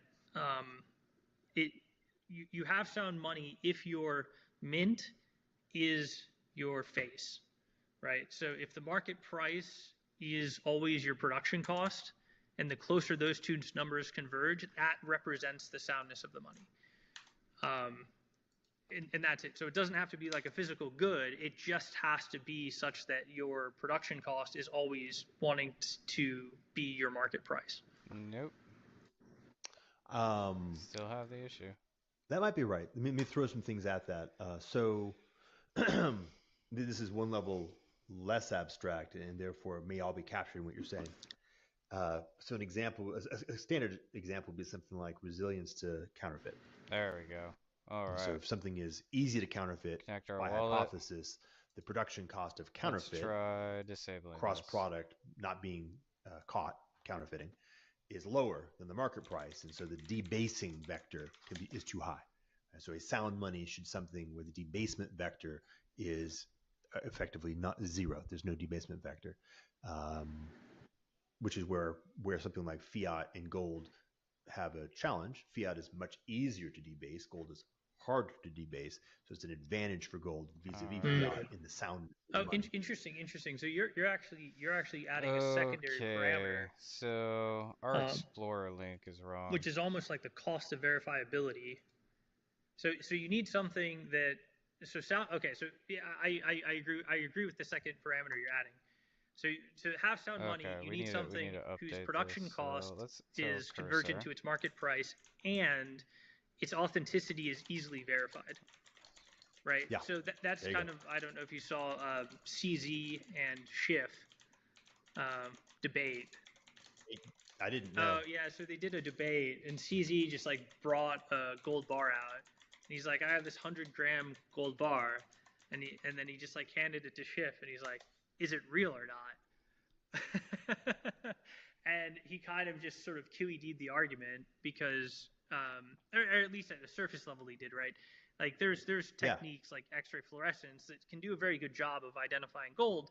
You just have to have the tool, and it's like a fifteen right. thousand dollar tool, but coin shops have them, right? So like you can do it, and Schiff's argument would be, here's a Bitcoin, tell me it's real, and then CZ would have to have a computer and get out and be like, okay, on the blockchain it says this Bitcoin is real, right? So in both cases they Right. needed a tool. CZ's tool would have been more accessible at lower cost than Schiff's tool, but in both cases they needed a tool for verification. It's just the gold had a radically higher cost. Right. And we have these, now we start getting on these classic triangles with constraints, which is that you get a lower TPS. I would actually just say bandwidth. So you get a lower bandwidth on gold, right? And we've named a number of reasons why that's the case. And so a civilization that runs on gold has some advantages in terms of, say, soundness, but it has some disadvantages in terms of bandwidth or clock speed, if you'd like to even be more old-fashioned about it.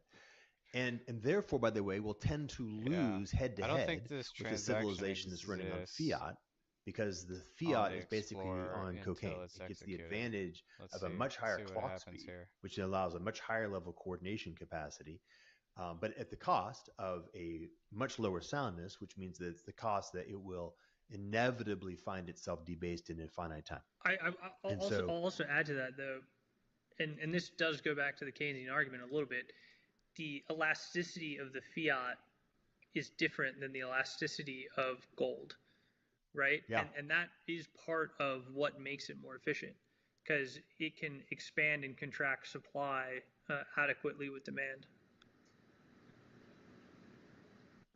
yeah, it produces a different. It's basically a different cybernetic architecture, and it puts the failure condition of the cybernetics is not at the level of the money because you're creating a kind of money which is itself a proxy of a higher order cybernetic, right? You're so basically trying to create a two tier cybernetic system. You've got an economy which is driven horizontally or autochthonally on the basis of its movement through money, and then you've got some kind of management system which is trying to manage the money to make it an effective protocol to run the economy. Let's see if Whereas in the this context of gold, you have a single tier works system, now.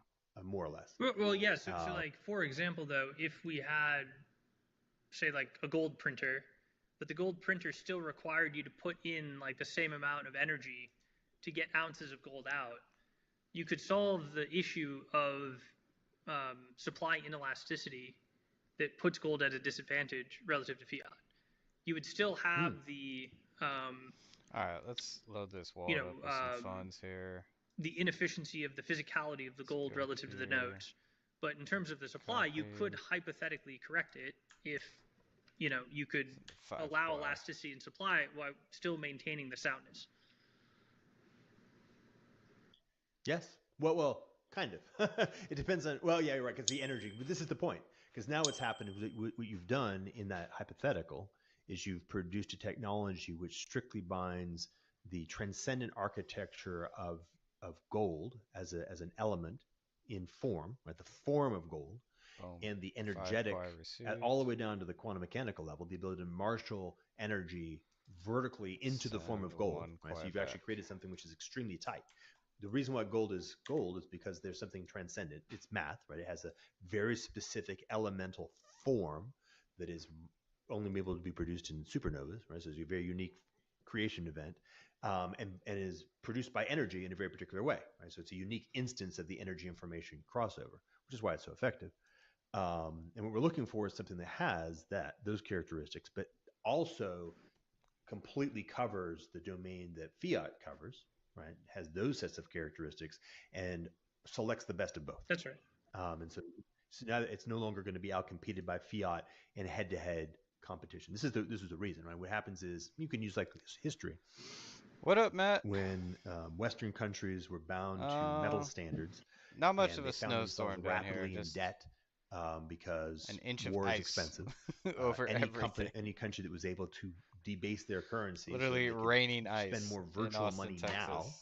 could expand their Saturday night military into capacity to Sunday. defeat their enemies and then try to recapitulate that in the future. And it's better to try to recover from an inflationary environment as the victor in a war than to try to recover as the loser in a war, largely because the victor will extract resources from you to the maximum extent that it can. So this is it, right? So the triangle is something like a civilization that's running on gold is going to be a kind of civilization Boom. that has strengths and History. weaknesses. The civilization that runs on fiat is going to have a kinds of strengths and weaknesses.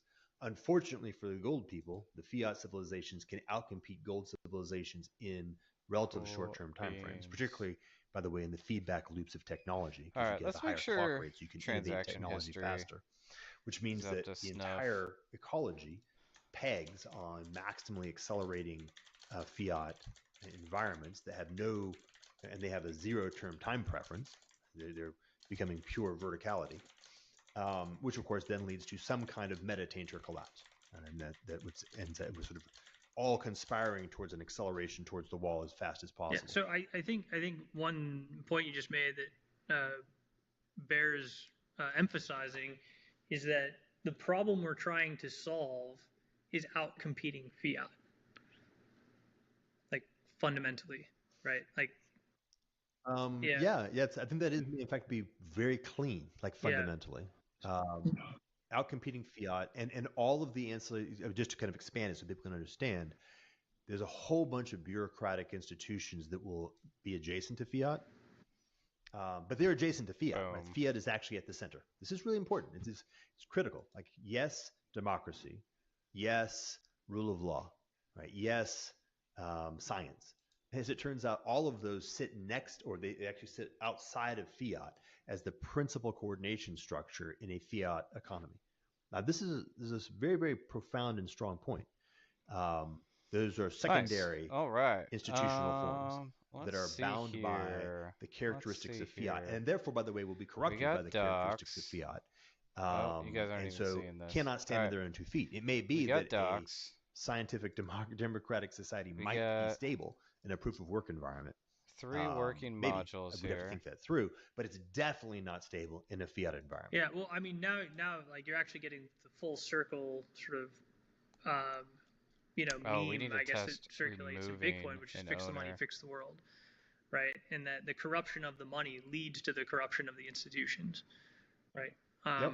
So first we need to reduce threshold. And maybe this is actually like a good point to kind of draw some parallels to Bitcoin here. Right, when we look at Bitcoin and we look at the mining of Bitcoin, it's not perfect, much like gold is imperfect in terms of its reflection of the market price to the production cost.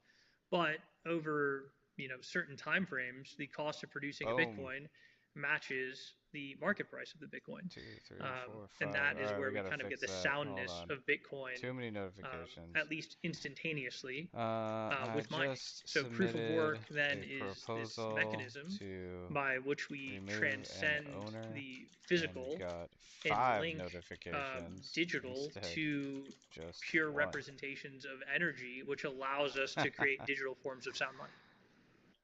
Yep. Let's cancel this one. To use I actually like this parallel. So you say something like, what you'd like to have at the optimal level is the market price and the production price are always moving towards a mutual equilibrium.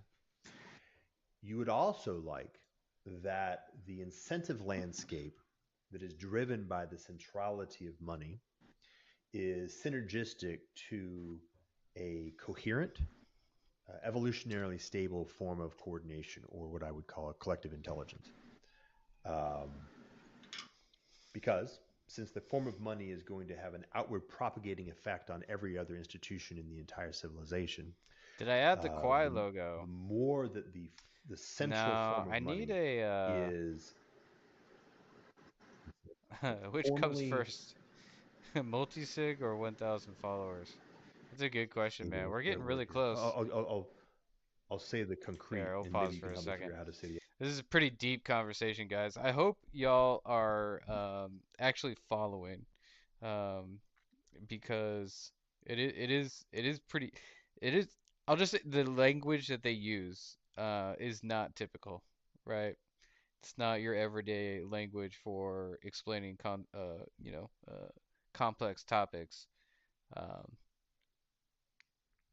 but I'm enjoying it. I hope you guys are enjoying it as well. It is a unique way of thinking about some of the problems that we have and like how we actually think about it's more about like how do you think about the problem than it is the actual problem itself. Or at least that's probably most of the outset, which is super important.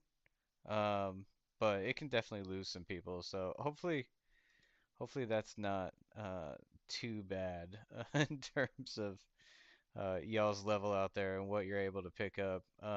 But if you are picking up on it and you're following along, let me know. If it's too much, let me know as well, because part of my role over here is actually dumbing this down for the rest of us. So if there's anything about this conversation that we're listening to that you're not quite picking up on and you want it explained in different words, just let me know. So, let's see here. Outside of that, what were we just doing? I just totally spaced on what we were doing. This is broken for some reason. Let's try refreshing this. All right, connect wallet. Nope, we got issues here. We got issues. What's happening? Hmm. Oh, let's try refreshing the dev server. That'll probably help. Connect wallet. Nope. Okay. All right. We got our first major bug here. Let's go back to cursor. Uh, Unfortunately, let's see. Maybe there's. Let's check the console logs. Always check the console logs, guys. Always check the console logs. Let's look. F12. Mm-mm-mm. Yeah. Oof. We got a lot of these. We got a lot of these. Let's refresh. Connect wallet. Boom. Yeah, we got a lot of errors here. Let's snag these.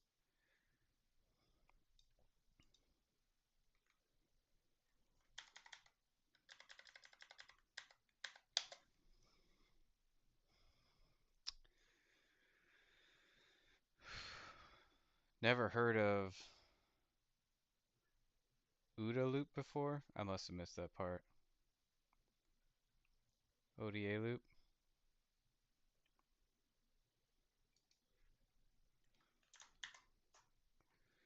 Connect wallet. All right. All right, we're back. Let's try adjusting this threshold again.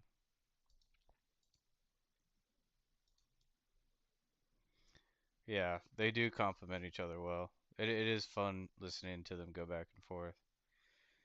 There we go. That was fixed. Done. We're getting different colors for different types of notifications here. Let's approve this transaction. So that's good.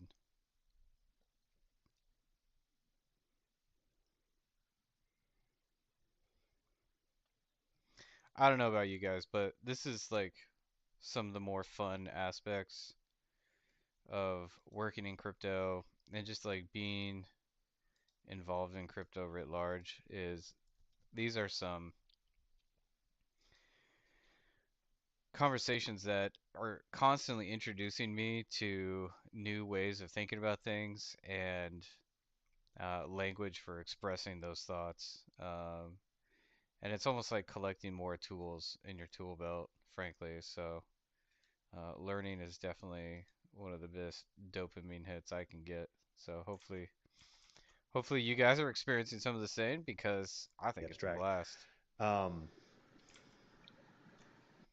there's very little about marshaling a bunch of ships to go get gold from the Aztecs that tells you, well, that's not quite true. There's less. There's less about marshaling a bunch of ships to get gold from the Aztecs that tells you about how to run a civilization in general. How do you educate people? How do you provide health care? How do you provide food? It's not nothing, right? Because as we saw, the birth of capitalism is born upon the back of, hey, we need to figure out how to coordinate, solve a really hard logistics problem of moving a bunch of people from here across a vast distance. And then once we can do that once, we can do it a bunch of other times.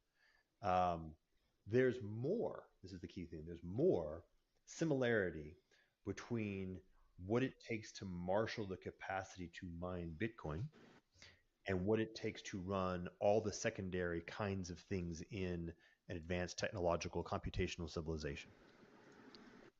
So they to make good computers, coordinate them effectively, and push energy through them is a very basic way of saying what's going on in every GPU cluster for AI. And everything that sits downstream Owner of that is removed. most of the infrastructure that's going to run our future civilization. And so, Nice. but, and this gets us to the one of the Bitcoin Quai distinctions, you can get closer.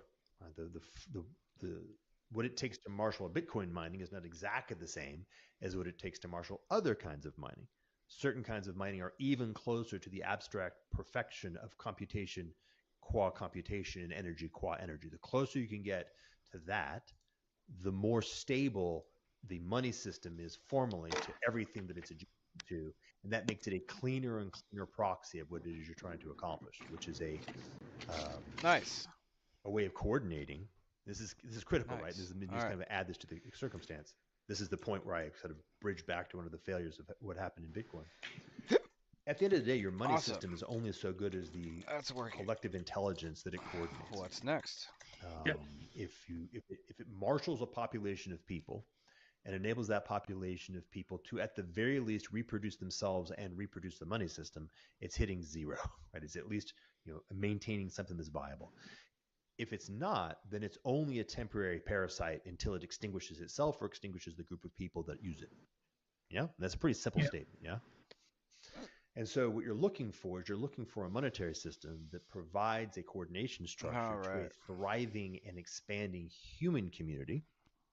I'll Let's put build human in some there. tests. Future AIs that have extinguished humans may argue with that because it would apply to them as well. But I'm putting humans in there that has this autopoietic effect. And I mean this in the strong sense of autopoietic, meaning the collective intelligence of the group of humans has a net positive return on investment systemically, right? Including the entirety of what it is it's governing. So as soon as you move Bitcoin into the center of actually being the coordination structure of literally every input into its own environment, then if it's standing on its own 2 feet and producing a human civilization that is able to maintain itself, it's a metastable structure. If it's not, then it evaporates relatively rapidly. So does that make sense what Yeah, I'm yeah. saying? No, so I mean that's really getting into it. And um there's like three sort of convergent things then that like are kind of coming into the conversation, which is we kind of developed sort of that two axis on gold, right? One is how efficiently is it used, and we can think of that as like TPS in Bitcoin, right? The other Mm-hmm. one on the vertical axis is how readily does the money remain hard, right? So in Bitcoin, right, I said it's hard money, but I added a little bit of a subtle caveat, which was instantaneously. Um, if we actually look at Bitcoin, it's a convolution of a couple characteristics, right? So instantaneously, a miner should be producing a Bitcoin kind of at the cost of a Bitcoin, save for a slight margin, right? Um, Yep. but that's only instantaneously. The deflationary monetary policy of Bitcoin actually causes the total Bitcoin in circulation to radically overvalue, or its value to be radically higher than the energy that took to produce it. So that Uh-huh. monetary policy creates a divergence from the concept of hard money and turns into Yes. something that looks more like a dividend to shareholders in a tech company that has a network effect. Very nice. Very nice. Yeah, this is important. We oftentimes, and that's another way of thinking about it, kind of the fiat Bitcoin disjunction. Uh, Fiat This is important. produces something which is under indexed to energy completely. It has no binding to energy. Gold produces something which you end up valuing the gold more than the energy necessary to produce it. Bitcoin does the same thing because of the deflationary characteristic.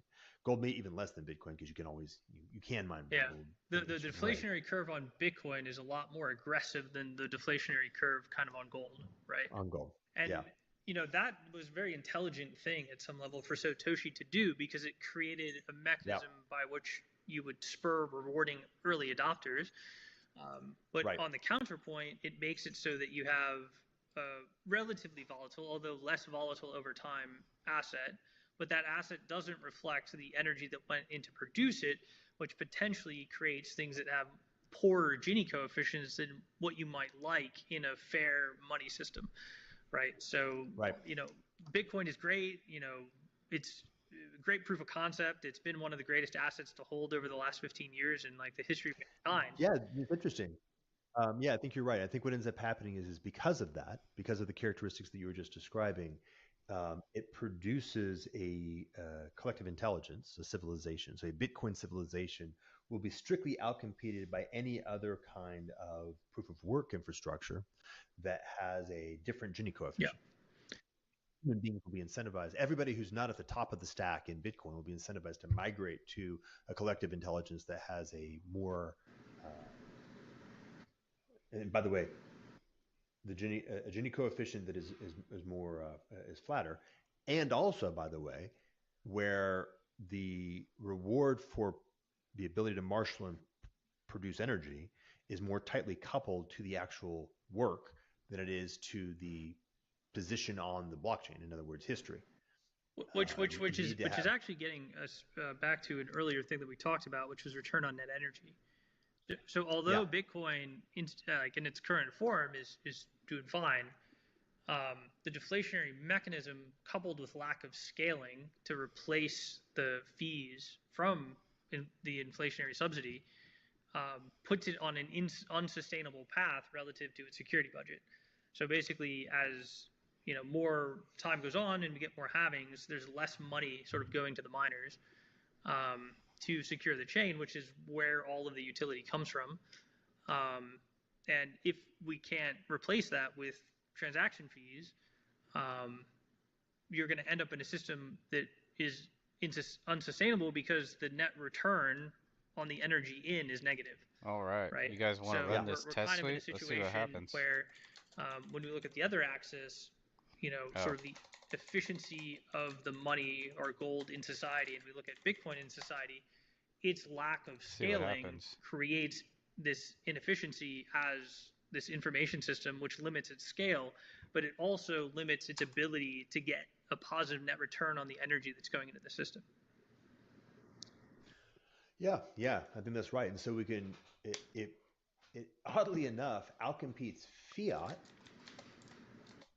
right? That it's very well designed to outcompete fiat, particularly in the short term, because it hyper fiats, produces this hyper return on pure abstraction.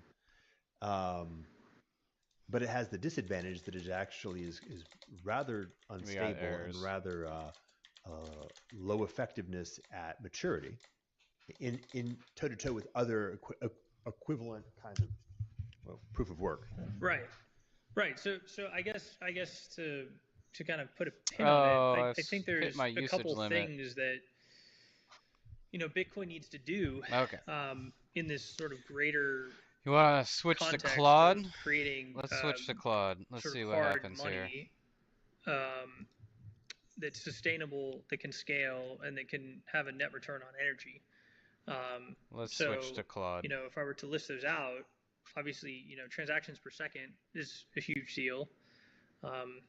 That comes to sort of outcompeting fiat, as we previously mentioned, right? So we can actually put metrics on sort of what you need to do to outcompete fiat, right? So if we take digital payments as they currently exist with Visa, MasterCard All as an right. example, for a system to outcompete the amalgamation that we call fiat, you need to be able to do, say, 5-second settlement or confirmation times. You need to have transactions that are less than a penny, and you need to have your TPS on the order of 50 to 100,000 transactions per second. That's just what do I need to do to match what's happening with Visa, MasterCard, right? Mm-hmm. And then on the sort of monetary axis of the situation, if we want the soundness of money, we actually need to sort of redesign the emissions to try to make it more reflective of the energy input rather than disconnected over short to medium terms, right? Mm-hmm. And that's sort of the other thing that we need to solve, right? So if I can make something where I literally have a token and I know that that token is worth, 10 kilowatts, that creates a very good functional unit of account in an economy that, and depending on the fidelity of how I match that measurement, right? If I can do it with proof of work, so it's like a very high fidelity measurement, I have a very high fidelity token, which means that my equilibrium can potentially be very precise. Now, the length of time in the equilibrium of establishing market price to production cost has to do with the elasticity of production. So then the other thing that we have to talk about is it's Meanwhile, probably not a great idea to let's see just what's have a happening fixed on X, emissions curve guys. because that emissions curve doesn't respect the changes in the economy that's trying to use it to function, right? So with sort of increasing demand for money, we need to increase the supply. With decreasing demand for money, we need to decrease the supply. But Check Raise in wants us both to talk cases, about we need mining. to maintain the quality of soundness, which We'll get is to it, the man. relational to energy as well as the verifiability, right? So those are Yep. like the aggregate characteristics that we need. So I think there's sort of like 3 characteristics within Bitcoin that don't exist, that if we could exist, we could get to the point where we're on par with something like fiat. Right. Okay. So then where are we now? We're like an hour 2? We're hour 45. Hour 45. Good. So the argument thus far takes us from the Big Bang up to blockchain. We're making something like, we haven't really hammered it, but we're making a pretty good argument of why something like Bitcoin may in fact be necessary. And we kind of, the way we've articulated it here is to say something along the lines of the form of money is remarkably central to everything, every other institutional structure in a given civilization. It's sort of upstream of everything. And so if your form of money is corrupt, then your legal system, your political system, your educational system, your health system will also become corrupt downstream of that. We also talked about the differences in different forms of money that have thus far existed. There's only been roughly 2, and that they have strengths and weaknesses. And most importantly, the strengths that enable something like somewhat viable civilizations in a gold-based or resource-based monetary system become weaknesses precisely vis-a-vis fiat-based systems. And so that fiat systems is rock, paper, scissors. Fiat systems outcompete gold-based systems in time frames that matter, right? They produce sort of hyper civilizations that have this consumptive capacity to innovate, kind of like cancer cells, if you'd like. Uh, and that's no good, right? If you've got a sort of a somewhat stable, I do not think yet that we've solved the problem of tainter curves with gold money, obviously, because many gold-based civilizations have collapsed. But for the most part, they've collapsed because they cannot avoid the transition. Once they go into simulation stage 2, the transition into fiat, some kind of debasement of currency, seems unavoidable, right? So it may be the same. Like if you could imagine a currency that could be gold-based and could never be debased, then you might be able to avoid that, be forced into going back to simulation 1 instead of going into simulation 3. but we so far have never found such a thing. And that might be a way of describing what we're looking for in this third kind of money. So then we're saying, hey, is there a third kind of money?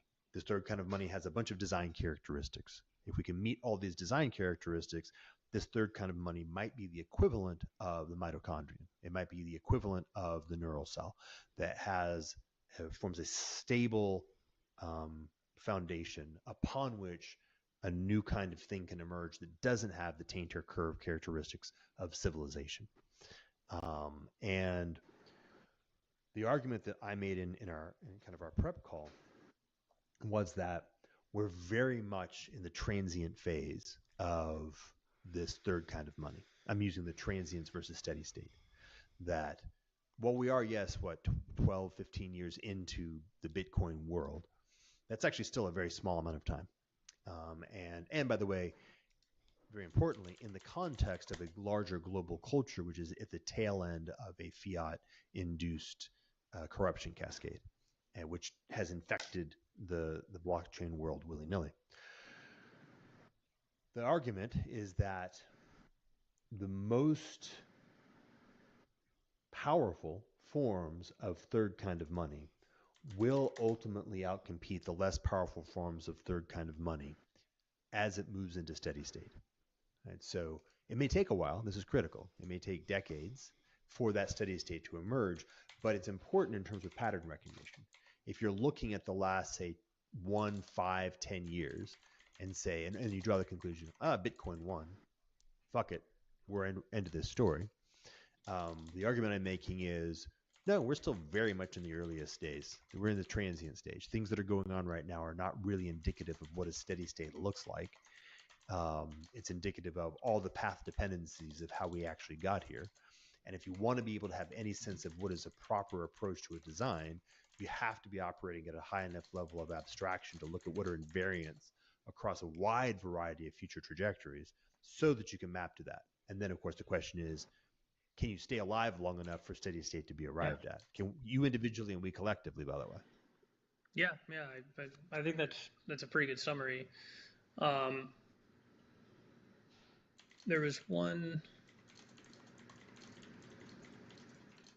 Yeah, no, I think that's a pretty good summary. I mean, I don't know if we want to wrap it kind of there and come back and we'll talk about Quai and how we kind of think that works, or we can start to dive into it. But we're at an hour and 50, so let me layer on one last piece, which is absolutely the tail end, but it does connect to what I just said, and then we can come back and talk about Quai. So,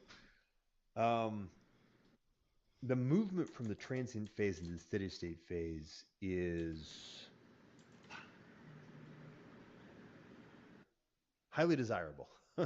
and there's lots of reasons, but let me kind of hammer home some very particular ones, which is that we are coming very close to the check being due on fiat. the instability of civilization as we currently understand it. And so the fact that civilization, right? So to step back, the last stable state, the last stable epoch was the Dunbar level anthropological stage. As civilization emerged, based on the ability to coordinate human beings at scale using formal systems, most notably money, we entered into a unstable, not yet fully established proto-epoch. As we've been sitting in that stage, we have been producing a very large number of not yet realized costs in the underlying substrate of complex reality. Anthropologically, psychologically, biochemically, sociologically, and in the resource layer, the atmosphere, etc. We are, in fact, reaching a point where we either are going to have to figure out how to produce that stable substrate and begin using that to produce a kind of human coordination structure that can radically reduce the amount of externalities of complexity we're throwing into the environment, or that fragility is going to pop and we're all going to eat it. There are at least 4 major threat vectors that are mounting rapidly. And sometimes I play which one's going to get us first. Here it comes. One I'll begin with, because you mentioned it, I think it's pretty funny, which is a Carrington-like event.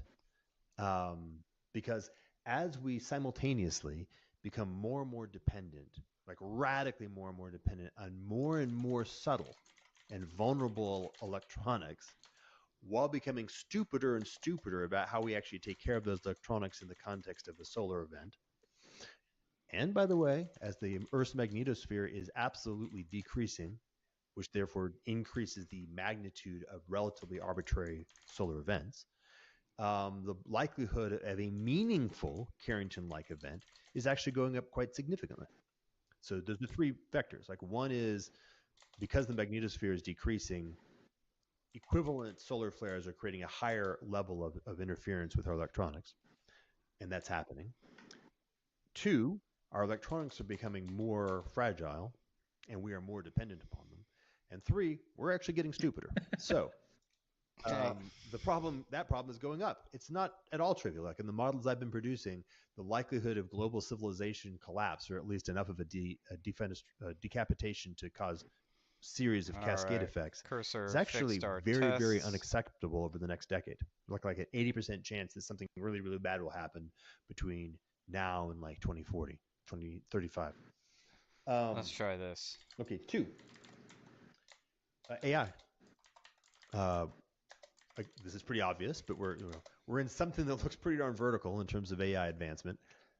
Shockingly vertical. Like, wow, that looks like an exponential in the late stages. And the consequences of it, if you sort of map it, is throwing a variety of complexities into the underlying substrate of the institutional forms we're able to deliver on fiat, mid-century fiat, that is so rapid, so vastly outstripping their capacity to adapt and respond effectively that it's Well, absurd. Which and means to say, not only is it absurd, but I think that their response to the social disruption that likely comes from the displacement of jobs is only going to make all of our lives All right, let's worse try this again. because in in every every way, way because their yeah, response, their only like vector of response is more control, more surveillance, and more manipulation of the money, not less. So, right, we're setting ourselves up for like a Cool. very, very, very Orwellian outcome if we can't build a competitive off What's ramp. next? So, and I'm going to separate that into two. So I've got one, which is a kind of a pure chaos problem that just kind of is like throwing an arbitrarily large number of popsicle sticks at a spinning turbine. The spinning turbine is our global society, and the popsicle sticks are the unforeseen consequences of AI into the environment. So it collapses under that direction.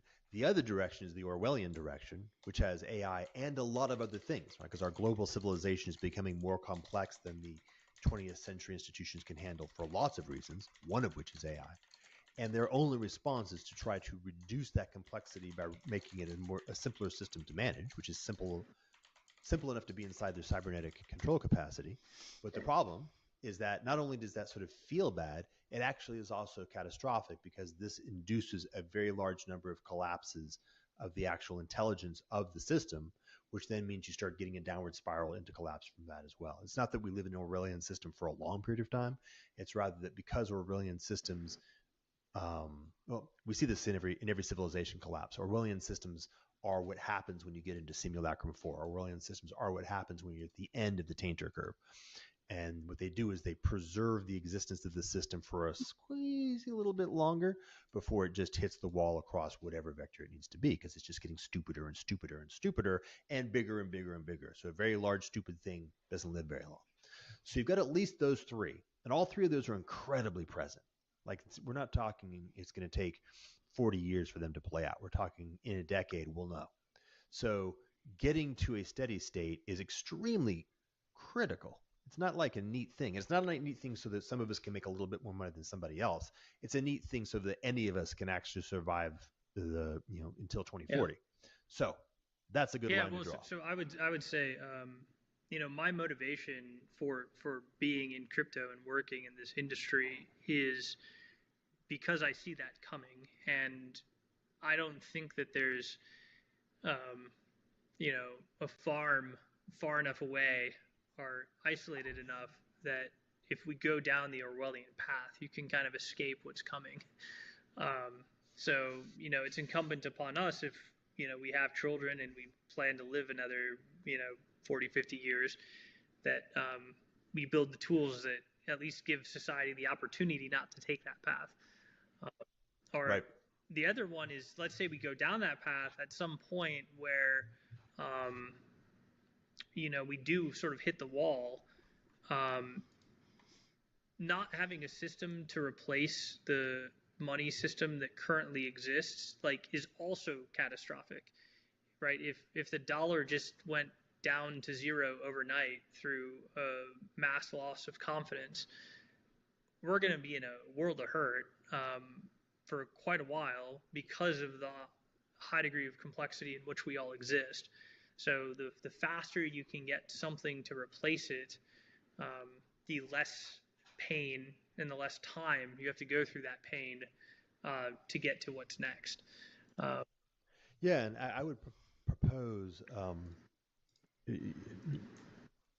So I'm going to use an example. So when you jump back to COVID, 2020, COVID was terrifying in so many ways because things that you just thought were like not even possible, you couldn't even rationalize, like came true just like so quickly. The concepts of, you're looking at like the Stasi or, the Red Guard, and thinking about a person like ratting out their family member, you just like, Great oh, that's tweet like energy. impossible.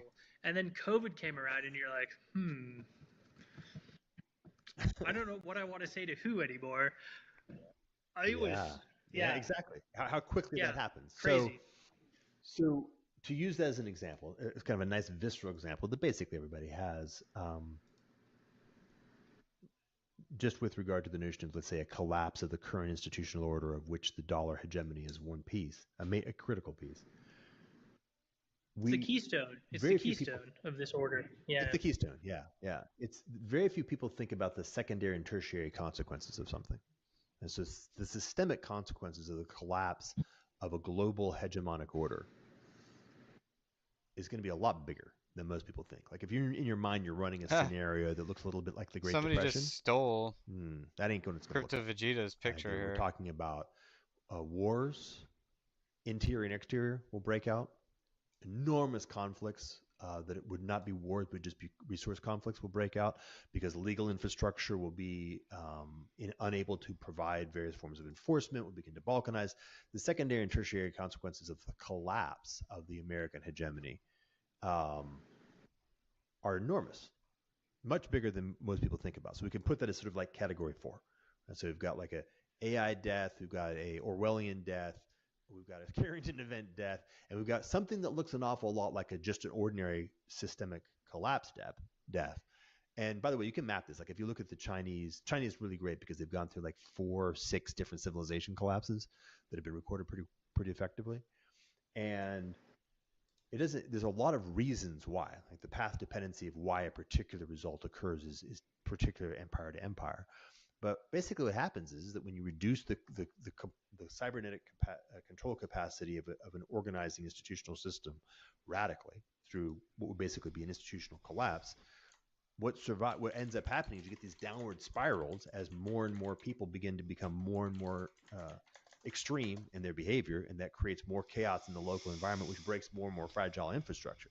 So you end up with something like an 80% population reduction in almost every one of the Chinese civilization collapses, although it depends on the particulars vary widely. So the weight is heavy. Right? The getting into Bitcoin, if you've looked ahead and said, geez, we need something, and it looks like this is very close to the strategic center. Like if we can't solve this problem, all the other problems can't be solved. And if we can solve this problem properly, then it may act, at the very least, it enables us to have a real opportunity and it gives us a foundation against which to do all the other stuff. So now we're going to shift into what that looked like in terms of your development process that got you into Quai and kind of the key elements of difference that you said, oh, we need to solve this problem in a slightly different way. And then maybe we can talk about more about what that looks like tactically. Yeah. Boom. Hope you guys enjoyed that convo.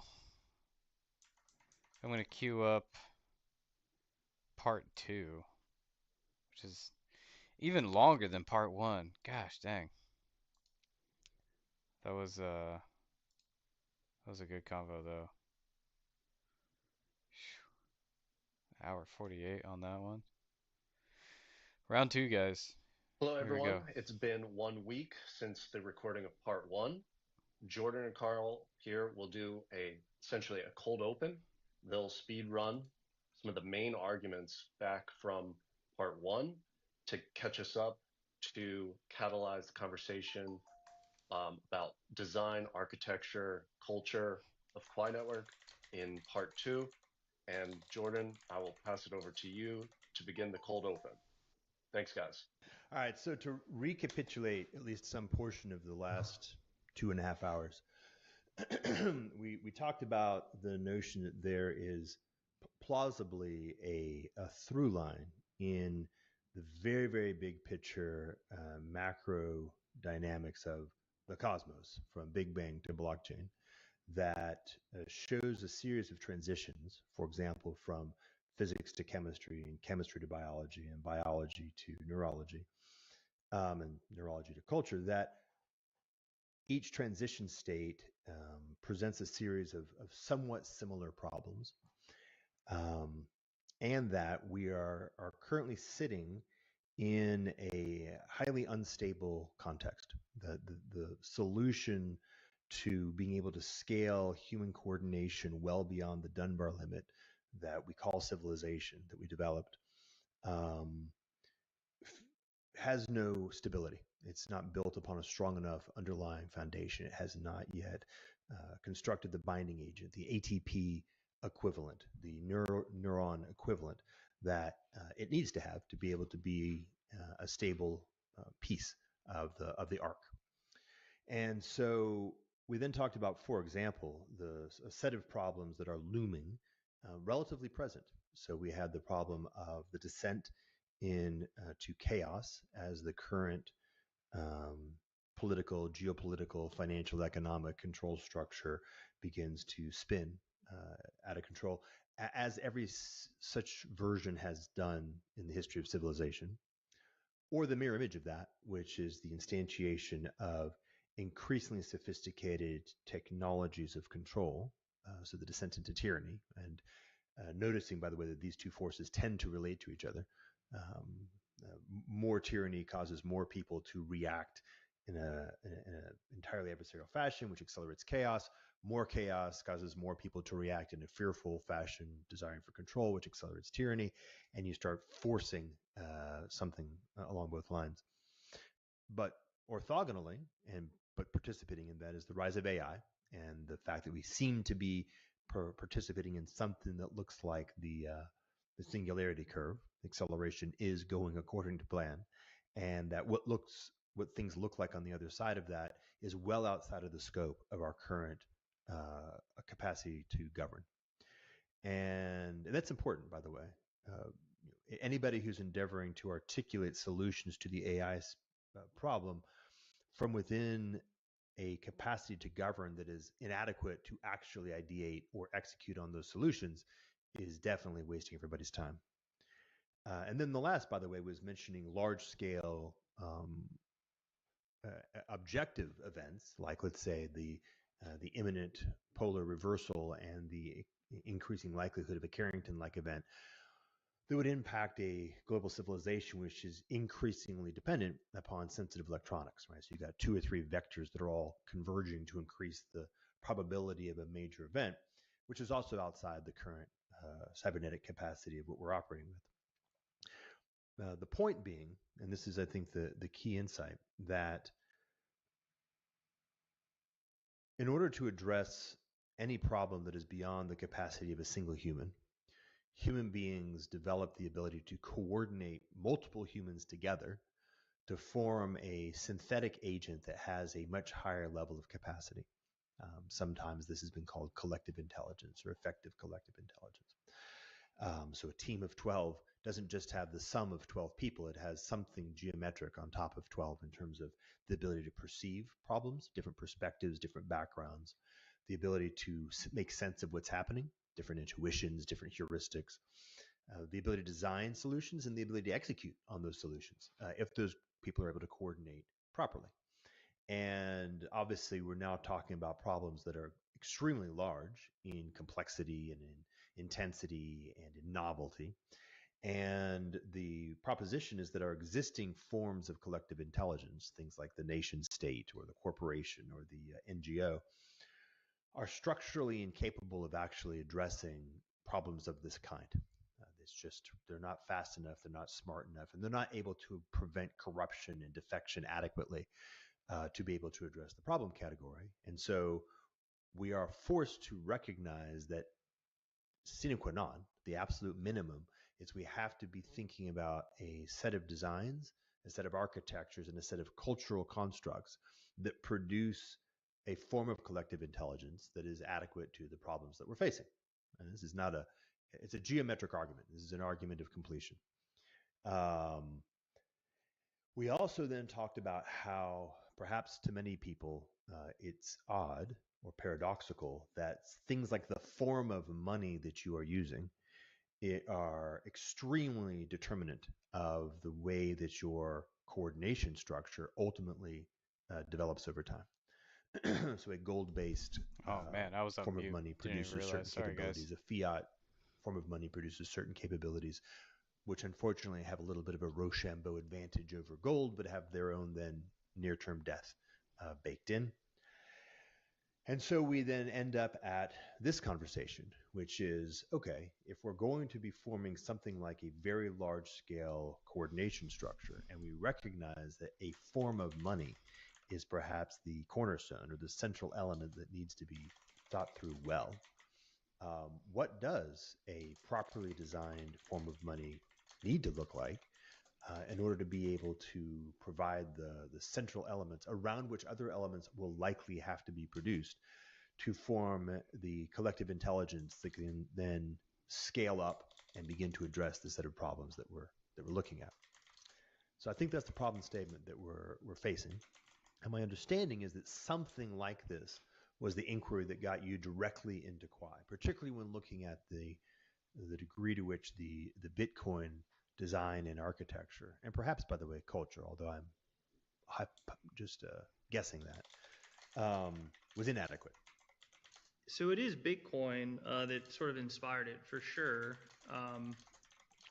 And I think Bitcoin was a good step in the right direction, right? We have to give Bitcoin its due, for sure, right? It introduced proof of work, which created a coordination mechanism that no single party could control, which was a very important step. The original white paper was actually entitled, peer-to-peer electronic cash. And that's really what got me drawn into working and dedicating time to crypto, because under that sort of aspirational title is the idea of separating money from the state, and with proof of work, ideally making a money that has a much higher fidelity, meaning it can't be manipulated by political whim or central bankers, right? And with that, and I've actually thought deeply about money even, and sort of the morality of the whole thing and the necessity of it, to be perfectly frank. And when you look at society and you look at specialization, specialization isn't a bad thing, because with specialization, you get an aggregate increase in everybody's standard of living, right? And as you want to keep increasing everybody's standard of living, which I think is a fine goal, you're going to need that money system abstractly. So, I think the society that we built in having specialization is a perfectly sort of good outcome of coordinating groups. The problem, like we face, is that the money system is inadequate as that information layer to communicate effectively and coordinate effectively, because it's sort of eroded as we've moved off of the gold standard to something that's just What so up, far Double removed D? from the underlying reality that it's no Check longer raise. Welcome a to the good chat, guys. information system. Oh shoot, I gotta keep my And eye on so then Claude a over lot of here. the outcomes in our society, um, We are if you can running trace front them end back, they all tests. trace back to the Welcome to the money. chat. We gotta hook you guys up You with can some look at, tips. like, depending on what piece of society you want to If I can disagree spell. with, but you could look at monocrop agriculture and the use of glyphosate. You can actually trace that back to crop subsidies, but the reason crop subsidies can Boom. exist is because the dollar can exist and it can arbitrarily Double be D. printed through inflation. So if you didn't have if you had a form of sound money, you probably wouldn't have crop subsidies. If you didn't have crop subsidies, you probably wouldn't have monocrop agriculture. If you didn't have monocrop agriculture, you probably wouldn't have glyphosate, right? So you can take many of these things in society that we see and like observe as these maladapted outcomes, um, and draw pretty straight lines to the corruption of money. Boom. And so Bitcoin as an idea and as a culture, I think was initially entirely correct. I think it was this very open system of inquiry that anybody could contribute and try to be involved in or try to improve. Unfortunately, over time, that changed and it became a little bit more like a cult or a religion. And I think it lost sight of the original vision that was laid out of electronic peer-to-peer cash.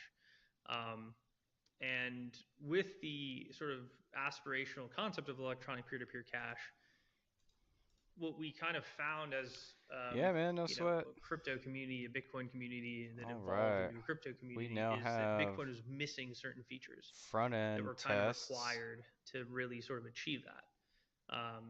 Principally you have the one of throughput, right? Bitcoin only does 5 transactions per second. Let's But if we try look at, cash and credit, you need CD.force front hundreds of end thousands of transactions per second to npm test. Let's see function what as happens. money globally. There's the issues of just the settlement time, right? When we look at card-based transactions, you get confirmations in 5 seconds. And with Bitcoin, you can statistically get a confirmation in 10 minutes. Sometimes it can take up to 2 hours to actually go 6 blocks deep, which is considered finalization. So, it was inadequate Let's from make a sure this perspective of is scale. expected output here. It was inadequate from also privacy. So originally, right, Bitcoin was pseudo-anonymous. But as we sort of understood the system more, it became apparent that tracing based off transactions and IDing based off amounts or sats basically can perfectly de-anonymize the entire system. So at this point, with centralized exchanges in KYC, almost every transaction and every Bitcoin has a known owner in the system. So okay, it was what's really with next? the inspiration of the concept of electronic peer-to-peer cash and what it could do to help society juxtaposed against the maybe technological insufficiencies of the original Bitcoin implementation, as well as sort of the balkanization of the Let's add Bitcoin the community NatSpec after 2017 around documentation. not really changing or evolving the system in a meaningful way, which was really the catalyst for, why, I wanted to start Quai to really address some of the shortcomings. So just to drive one piece home that you mentioned that I think needs to be added explicitly is that some fraction of our existing problems, perhaps a very large fraction, are rooted in the simple fact of the corruption of our monetary form. Yeah. And so rather than trying to play whack-a-mole with them, if we can simply get rid of that corrupt monetary form, then those will begin to heal automatically. Then we can deal with problems that are in fact just novel problems that we have to deal with. So this is important. And then the next is you begin walking down a variety of different characteristics of Bitcoin. And I should point out, by the way, there's at least 3, let's say, modes even to look at. So one would be at the level of pure code, like the architecture and design, what its strengths and weaknesses are. Oh, by the way, we can definitely we will all officially pay homage to Satoshi. There's no question that we live in a world that is radically different as a consequence of what he and that small group of Bitcoin developers at the very beginning did. Um, I know because I actually was endeavoring to do something in the category of digital cash through 3 different companies and failed consistently. So to have succeeded at all and to have succeeded in a fashion which is clearly quite significant is tremendous. All right, so we're not nitpicking at all in that dimension. We're now in the post Bitcoin event. All right, let's now take this thing to the next level. What are the things that are left undone? So one is at the level of pure code. And so as you talked about things like the underlying way that proof of work operates, in Bitcoin in particular, produces bad results in terms of transaction speed and finalization, et cetera, which are all going to affect the second category, which is something like the path dependency, the way that it actually accumulates its being over time. And let me just expand a little bit on that idea because I'm not sure this is clear to everybody.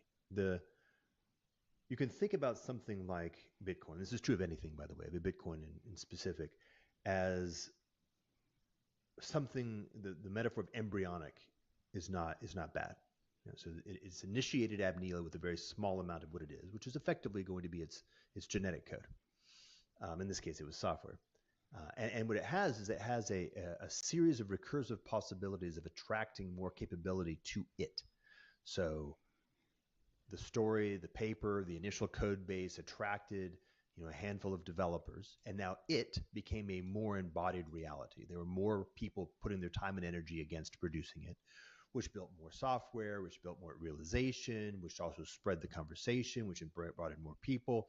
And you have a series of events, right? You have buying Bitcoin with a pizza. You have selling llama socks. You have, fill in the blank. You have the building of the first exchange. And so you have this process, and this process almost breathes in and out, which is the developmental process of a biological organism, has that, these transitions.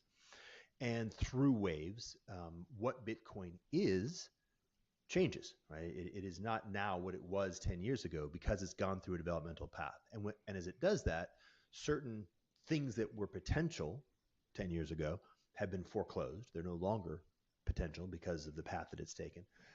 And certain things that were potential have been fully actualized and new potentials have been opened up. And so, for example, the technical choices, and particularly the technical choices of going with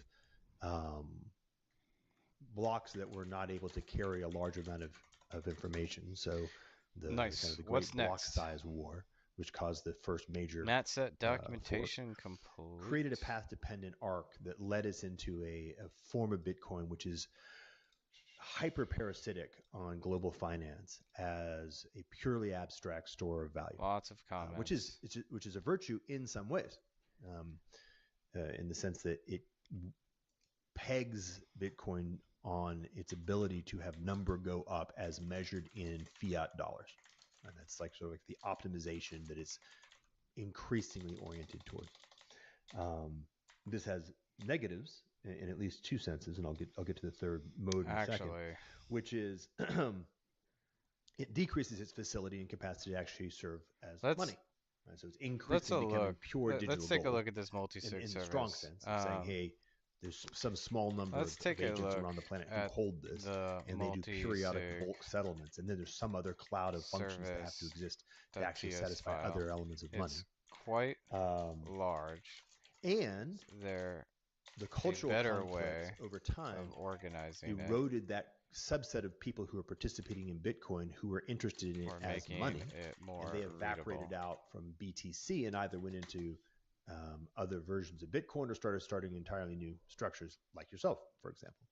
And the culture that is now present and operating and participating in Bitcoin is sort of narrower and more focused on. It's so sort of big the AI laserized sailor. To even interpret. Let's have the number get to 1 million in over fiat dollars. It's almost 4,000 lines. It's huge. It's not at all clear to me. Huge. In fact, I would just make the strong argument that that culture and those technologies are bound to parasitism, that they actually have undermined the ability of Bitcoin as a collective intelligence, right? It's something that includes a culture of humans using technologies to do things, has undermined the ability of that collective intelligence to support itself, to become autopoietic. that it can't build an economy that's functional. It can only steal market share from fiat until that's done, at which point it's not clear what happens next.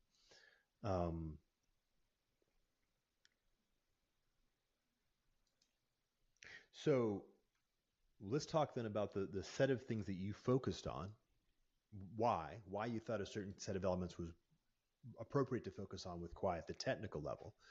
And then maybe we can even hypothesize about what that means in terms of path dependency and what it means in terms of culture, and how this story plays out over the next 3, 10, 15 years.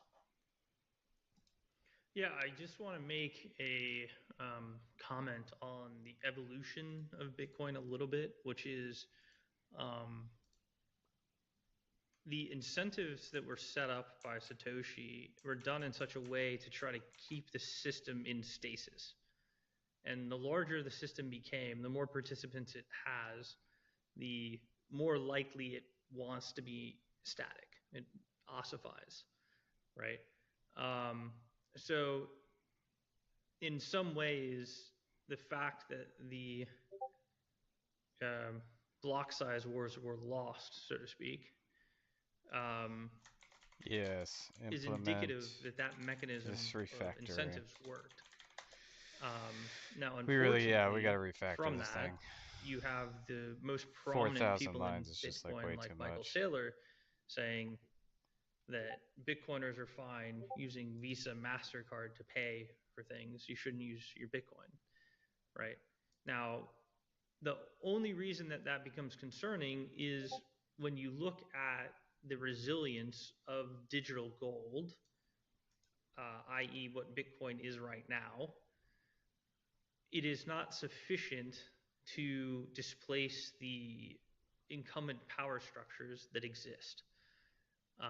And we can see that because, BlackRock is now holding, several percentage points of Bitcoin. Michael Saylor is holding several percentage points of Bitcoin. Coinbase is probably holding, 20% of Bitcoin, right? So because the nature of what it has become, it is no longer decentralized, or it's becoming less decentralized, and the people that have the Bitcoin and are the power players in the system are more and more um, they're consolidating, and they're being represented by the incumbents from the previous system, and that is an outcome of it being what it is today. So that actually informs then, if we look at something as digital gold, where it's just held by a few people and Yeah, we're gonna have to very do some major infrequently testing after traded, this. as being co-optable by the incumbent power structures, what does a system need to look This like thing's that would not easily be doing a major co-opted by the existing refactor. power structures, thus achieving long-term sustainability and decentralization, right? Let me just hammer a few points home there. So, because the question might arise, which is, other than the merely aesthetic, why do we actually care about not being captured by the existing power structures? And we have to go back to our more fundamental argument to be able to answer that properly. We can say this something like, because the existing power structures developed on the landscape of fiat, we can say a number of things about their character, about what their capacity is to perceive and operate in reality. Right? They're optimized for certain kinds of time horizons, certain kinds of behavior, which is to say, they're parasitic. We do not currently have an operating financial system which is generatively engaging in a autopoietic environment. And this is very important for us to recognize. If we actually had extremely functional existing structures that were autopoietically generative, then migrating them to a different physical substrate might be non-controversial. That might even be awesome. Right? You say, hey, We have a really effective journalism system. We're going to move that journalism system to digital, and it'll just be more effective and faster. Hooray! But if you actually have a hyper corrupt journalism system and you migrate that to a digital environment, now it gets a lot better at psyops. That's a bad trajectory. And so since we know, and of course the point of Bitcoin, if we look at the block, right, it was entered into the environment with at least a meaningful degree of recognition of the corruption of the financial system and the coupling of the governing system, the financial system in that corruption. The fact that a parasitic financial environment dominated by peak predators are the ones that are currently in the process of migrating over to the new digital substrate is a bad thing. Let's just say very simple, and necessary to be avoided, because these structures are not only not going to be able to address any of the problems that we're facing collectively, but are all actually complicit in making them worse. They can't help but operate in a relatively short-term, relatively selfish, balkanized fashion, increasingly balkanized. I can extend that argument at length if it's not clear. So the point is, I'm just expanding on the point that you put in brackets.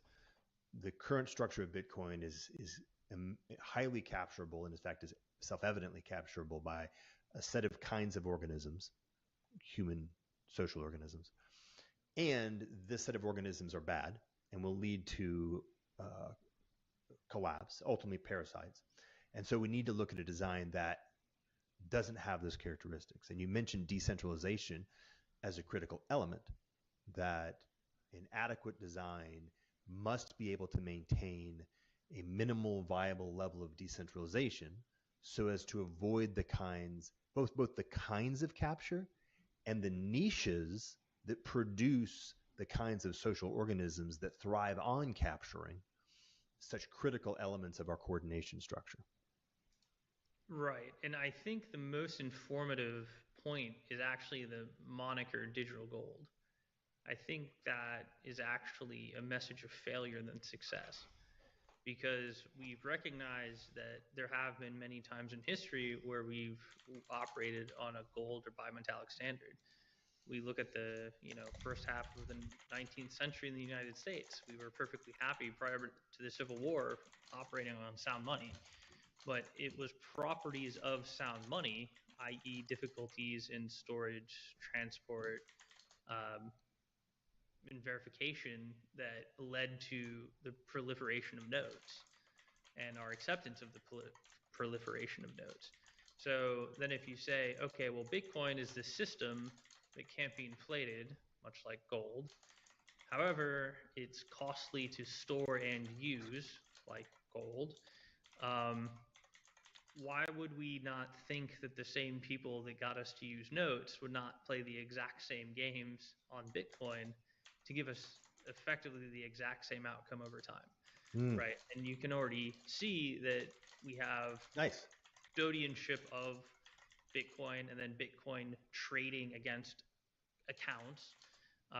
There's been examples already with Coinbase and IBIT where it appears there have been non-equivalent flows, i.e., there's effectively been paper Bitcoin to some degree, right?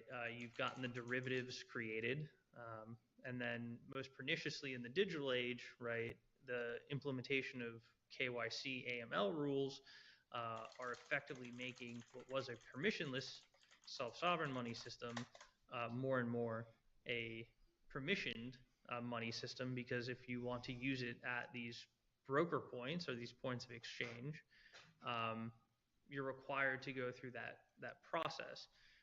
So it actually then becomes an organ of a panopticon rather than something to defeat it. So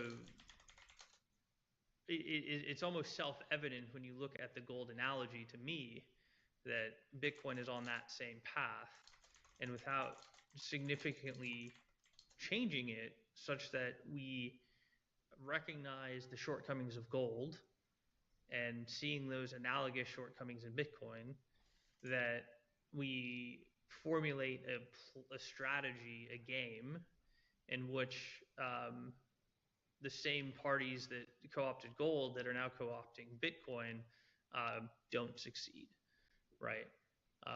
And that's really the fundamental question. Now, part of that answer involves this word decentralization, and decentralization is a very sort of fickle word, right? It's very hard to describe, but yet we somehow have this sort of subjective understanding that it means maybe like nobody controls the system, many participants are involved. Um, but underlying decentralization, if we're All really right, getting Claude. to What's next, try to make man? a point, is how Yep. difficult is it for somebody to singularly attack and co-opt the system? That's like what decentralization is trying to say, is that it's very difficult to do that. So we can actually start to quantify what that would cost given different attack vectors, given certain systems, and then we can modify the system construction to make those attack vectors more difficult. So classically, when we talk about sort of decentralization in the Bitcoin context, people might think how many nodes are running, right? But there's this interesting concept that I think about with the number of nodes, which is not how many nodes are running, but how many systemically important nodes are running. So there's something like 20,000 synced nodes in the Bitcoin network, but I could probably shut off all but 200 of those nodes and nobody would notice. Right? So there's only maybe 200 systemically important nodes. And those are the Coinbase and Krakens and Binances of the world. So those are your blockchain.coms. Those are your RPC providers. Those are your miners like your Mara and your Via BTC. Those are the systemically important nodes.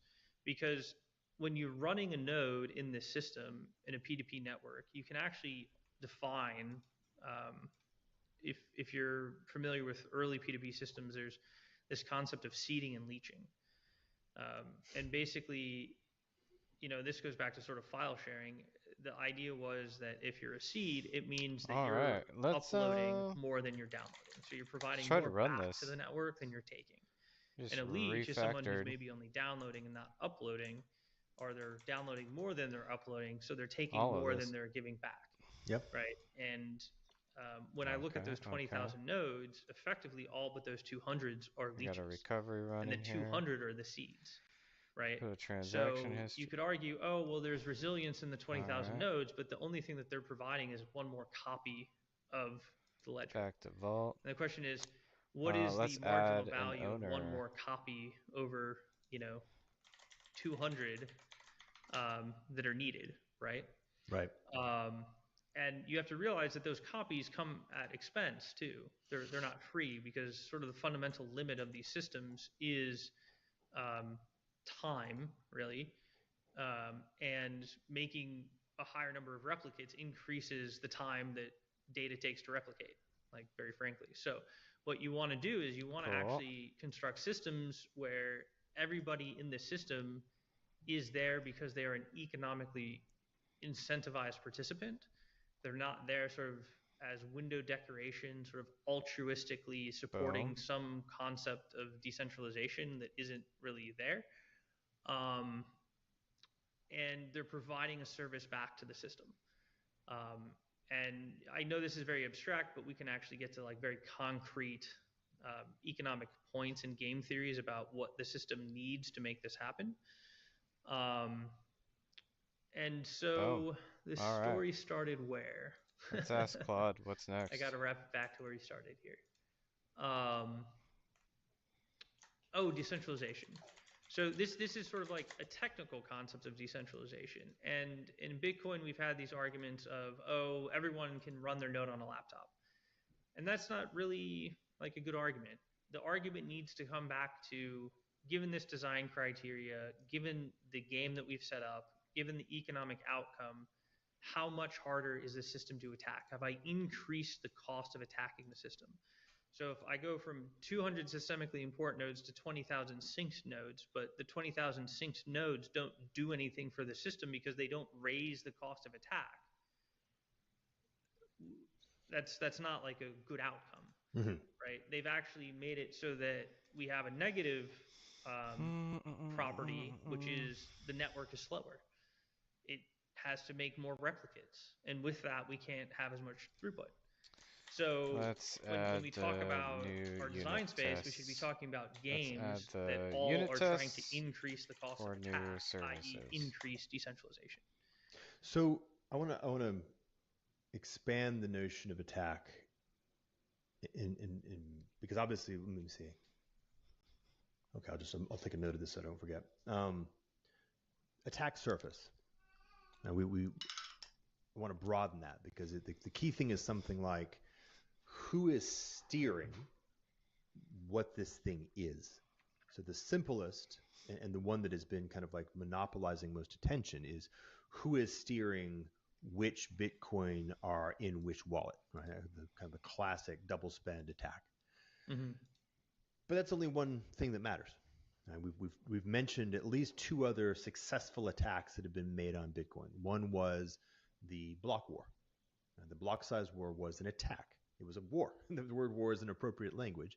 And one group successfully attacked and steered the isthmus of this thing in one direction, which foreclosed a whole series of possibilities of what it would have or could have been, and focused and actualized a whole other series of possibilities in a fashion which is extremely meaningful for what it is and how it will continue to move forward in the future. And by the way, enriching some people and impoverishing other people. Right? Value was transitioned. That's an attack.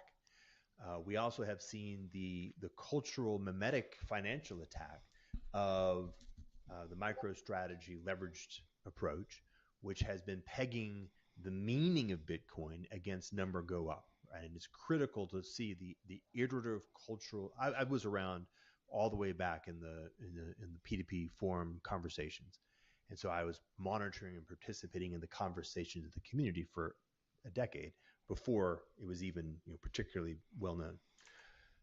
The conversation, the nature of the community, as you said, is hardened into a kind of a cult, and it's hardened into a kind of a cult that has a very narrow band of things that it can consider to be valid.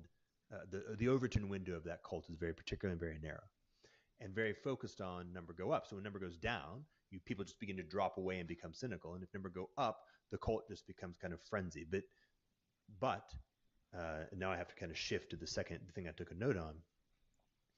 In order for this thing to actually be meaningful, we have to go back to our conversation, which is what we're trying to talk about here is a new form of money that acts as the centerpiece of a coordination structure for a new form of collective intelligence that can actually navigate the set of challenges that humanity faces in the 21st century. Right? That's what we're talking about. And Bitcoin currently is a parasite on top of a parasite.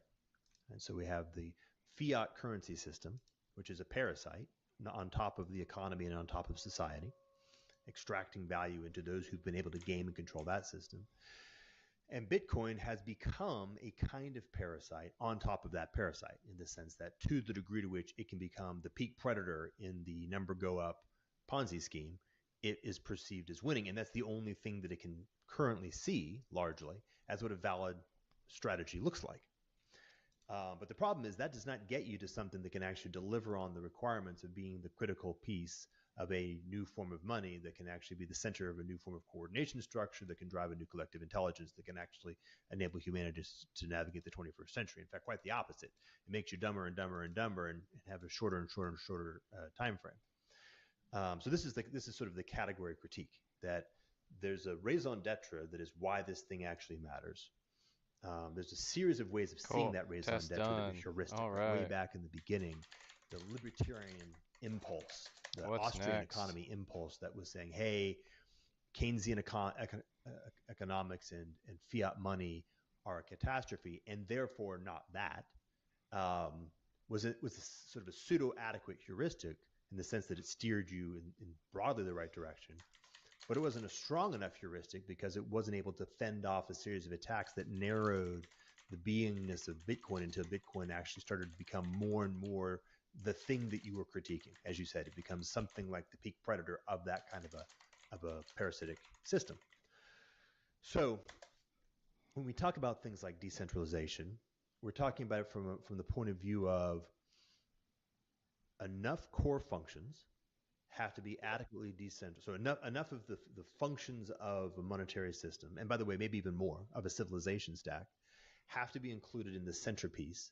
The centerpiece needs to be resilient to a variety of different attack vectors, including things like how the block wars were fought. So a number of different attack vectors.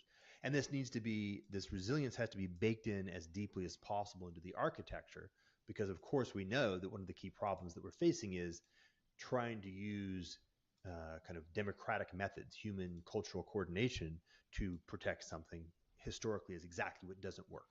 Um, so we talk about the choices that you guys made in terms of how mining works.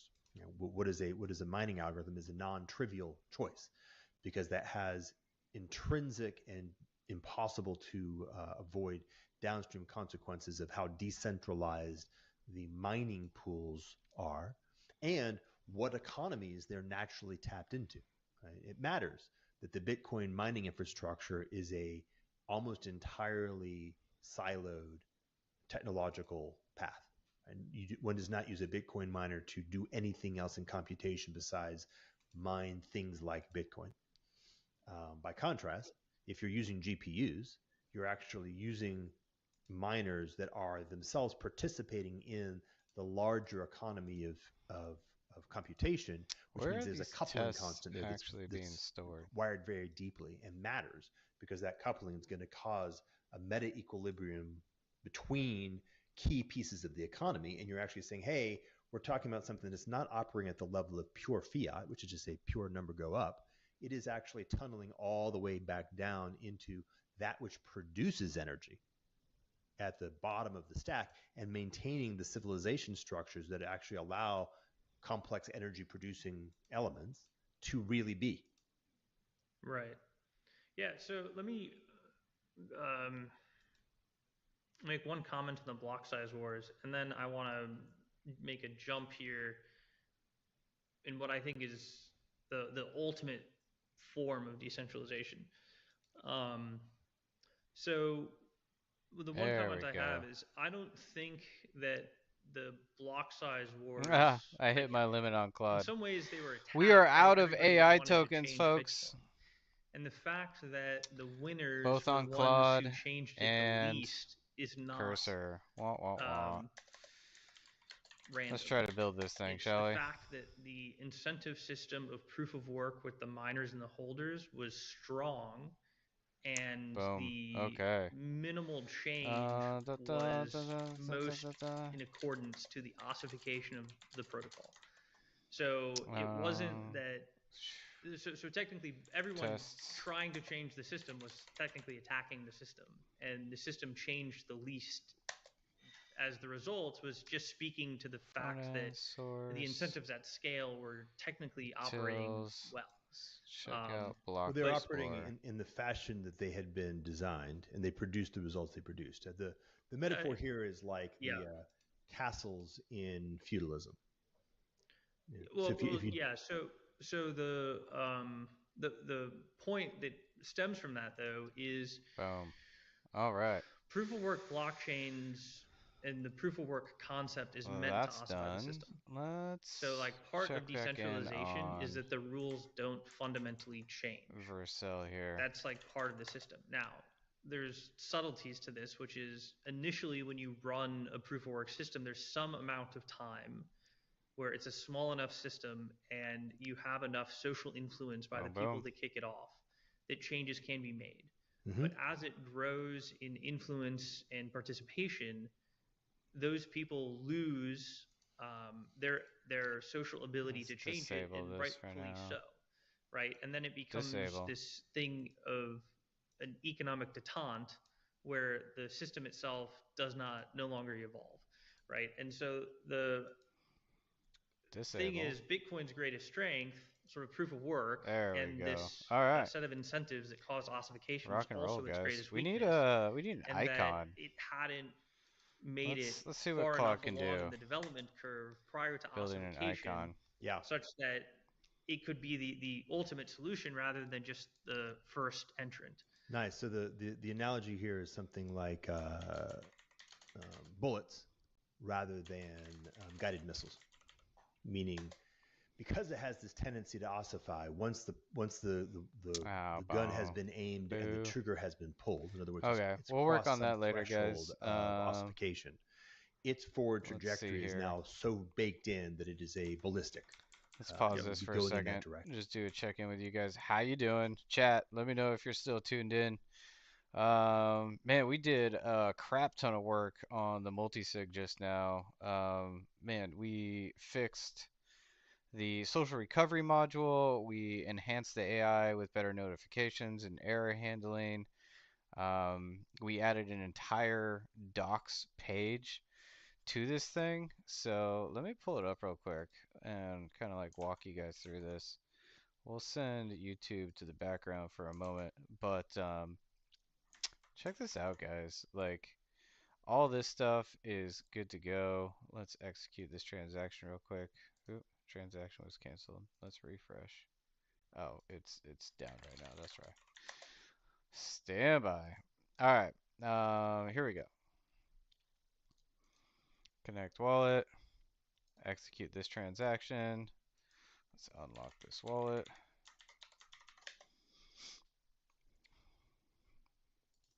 Let's try this. Ready? There we go. That should be it. Boom. All right. Executing this transaction. So lots of enhancements to the UI, better error handling, more kind of color coding for the notifications and all that jazz. Whitelist module enabled. Boom. Look at that. We tweaked the social recovery module for security reasons. We'll probably still have to do more security reviews on all this stuff. But yeah, pretty cool stuff, guys. We have enhanced transaction history here. Um, we updated this homepage to always show this, whether or not we're disconnected or reconnected.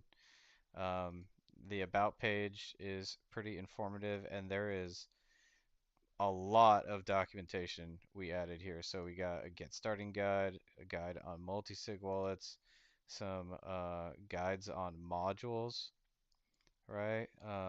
Additional details just on the social recovery module. We have a front end guide. We have a developer guide. Um, so this is super cool.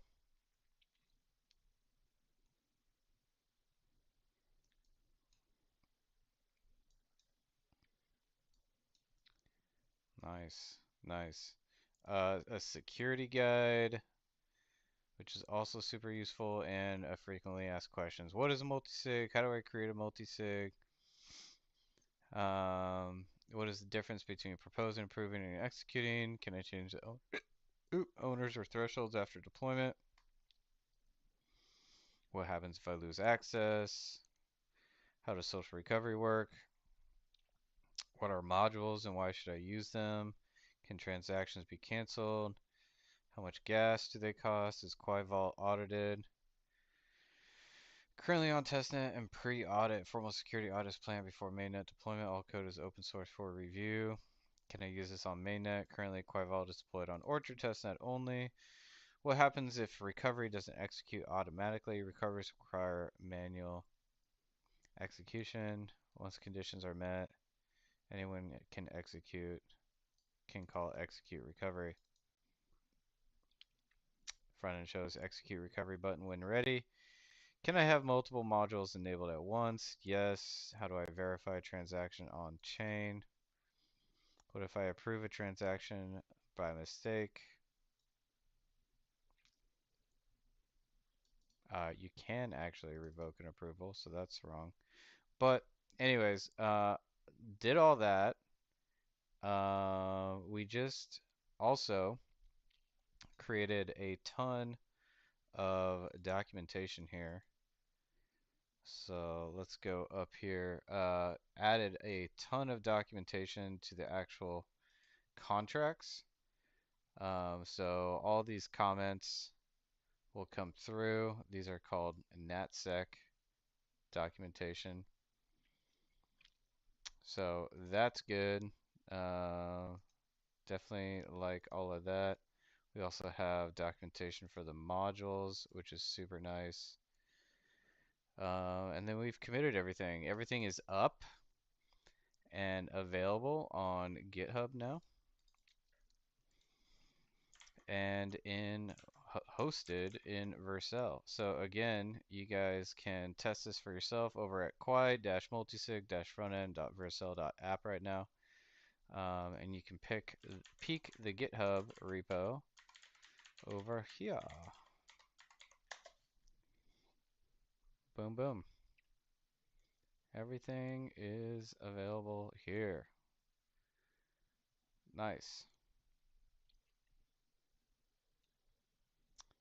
Nice, nice. Cool beans, guys. Man, a lot of work. A lot of work put in today. I'm feeling pretty good about it. We need an icon for this thing. And we probably need to polish the UI and the readmes a little bit more. Some of these readmes need some updates. But yeah, it's coming along, guys. It's coming along. Folks, if you're just tuning in, don't forget, go sign up for Kipper Money. Say hi in chat.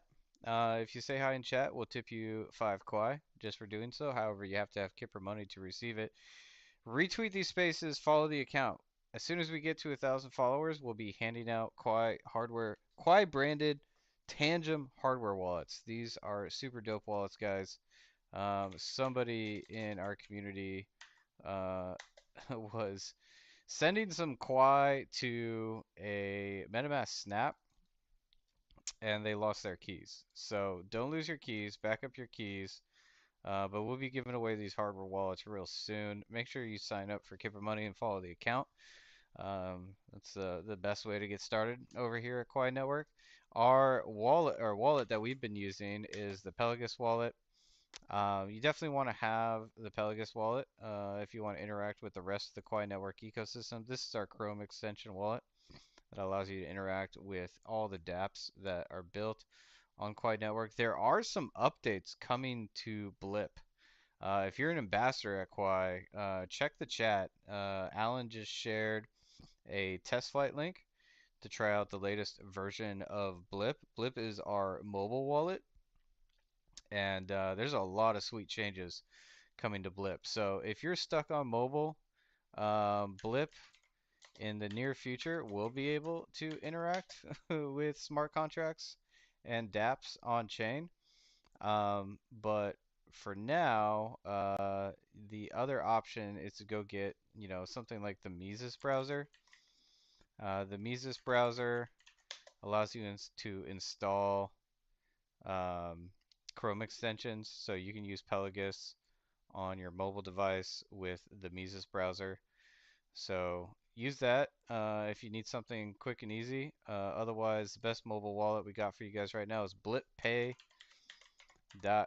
available on iPhone and Android. And we got some pretty tasty upgrades coming to this real soon, guys. So keep your eyes peeled for that. Again, if you're an ambassador, the test flight link is sitting in the ambassador channel for everybody to check out. So make sure you check that out. Yeah, let's check in on Project Soap, shall we? Guys, over 1.1 million already. This is insane. Let's refresh this page real quick. Yeah, yeah. Boom. Hash rate's looking good. Looking good. Kind of, it's starting to go flat on Kapow now. So we also just released a new version of our GoQuai node, um, which kind of fixed some of the efficiency issues in Kapow. Dr. K said this should allow for, same hash rate, or it's the same price levels with, um, you know, efficient hash rate markets to achieve, 25 to 30% more revenue. Um, Now, what we saw in the past is like, if you look at this chart and you say, okay, Quai is the most profitable GPU mined token next to Grin right now, at 504% on the 24-hour and 531% on the 7 days. The gap between Quai and the next best token is about 80% on the 24-hour now, and still north of 100% on the 7-day. So what that effectively means is that Quai is potentially overpaying for hash rate, right? The market is inefficient, um, and there's not how do I put this? Not a large population of miners who are taking advantage of this opportunity and therefore closing the gap. So what we've done effectively is increased the difficulty for Kapow a little bit, which should adjust the number of work shares available for Kapow on Quai Network to help us, really achieve better hash rate market efficiency. Now, if we go over to ASICs, you can see SHA sitting at 112 compared to 109 over here, and Script right now is much more efficient at 71 to 60 and 66 to 55, right? The other place you can see that is on StrataMex, right? So if you go over to StrataMex, launch the app, and you go to calculator, this doesn't, oh, let's do like 500. I don't think this is accurate. Maybe it is accurate. Is that accurate? I don't think this is accurate.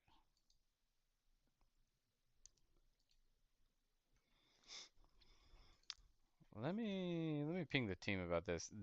I expected to see something else here. Obviously this chart is far more accurate. Um, let's zoom in a little bit so you guys can see this. So this is the gap that we're actually looking at here.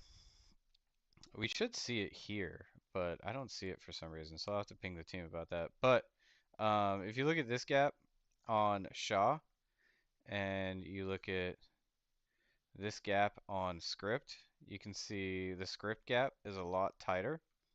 That means there's a more efficient market for Script hash rate, right? It's much more price sensitive, and Kapow is just massive right now. This gap is way too big, way too big. Um, and I say too big, but ultimately it means that there are a large number of miners who are not taking advantage of this gap right here. So because the market is not taking advantage of this, and I wonder if we can see this over 7 days and 30 days. This might be too much data for my browser. Oof, yeah, that's gonna take a second. Yeah, so you can see in the beginning it was much tighter, but it has grown significantly. Um, this was, I believe this was the Ravencoin halving here. But yeah, we need to close this gap a little bit since the market's not doing it for us. So we've increased the difficulty on Kapow slightly to help reduce that gap. But that's what we're talking about here. I think this website is breaking on me.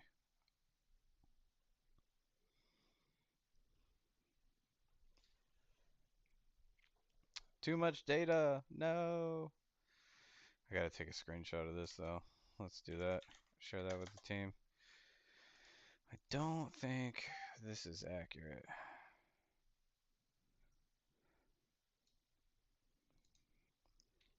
Let's share that with the team.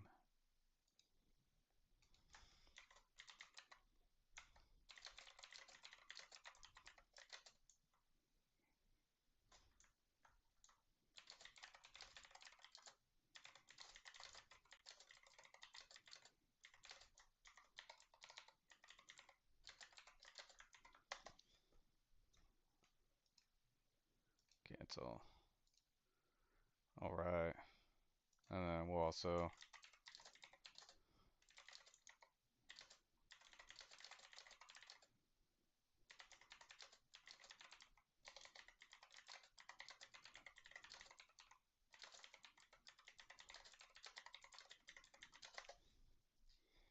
okay. Anywho, if this was working, this is another way to see the gap.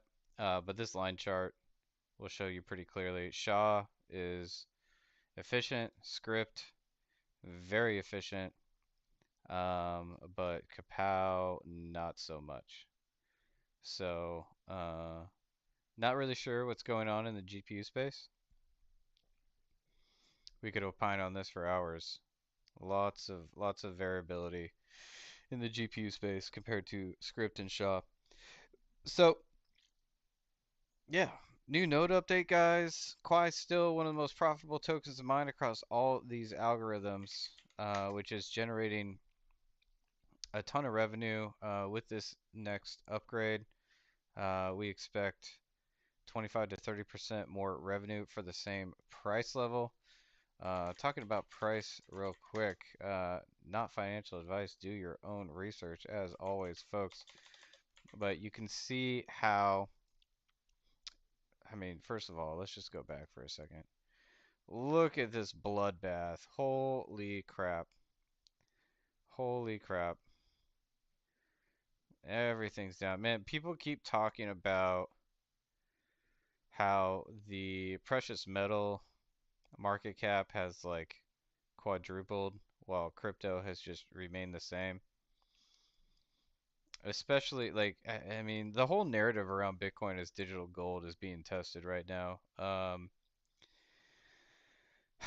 And ultimately, like in my opinion, folks, like the whole purpose of crypto was to replace fiat, right? And be a, Bitcoin as, a quote unquote store of value that, people can depend on in these economic downturns. That whole narrative is just being super tested right now. Um, Mostly, uh, because intelligent people understand that this shit isn't doing what, it's supposed to do, right? Bitcoin as a store of value is clearly easy to manipulate. Um, the rest of crypto, like the original goal of separating money from the state, has yet to be resolved, right? The best money in crypto is fiat pegged tokens, right? USDC, USDT. It's the ultimate use case for crypto right now. Unfortunately, that is just exacerbating and speed running the end game that Bitcoin was supposed to solve. Stable coins on completely transparent blockchains run by centralized institutions. Um, is the exact opposite of what Bitcoin was supposed to solve for. Welcome to the chat. You says people don't like crypto anymore. I get it, man. I totally get it. I almost got out of crypto myself entirely back in 2003. Yeah. Yeah, the industry is going off the rails, guys. They've completely lost the plot. And I would have exited the industry entirely had I not discovered Quai Network and the promise of a stable unit of account, not pegged to fiat, backed by real value, um, with cash-like privacy, right? On a system that can actually scale to support a global monetary system, right? So like, if not everybody can use it, it doesn't work. If it doesn't have privacy, it doesn't work.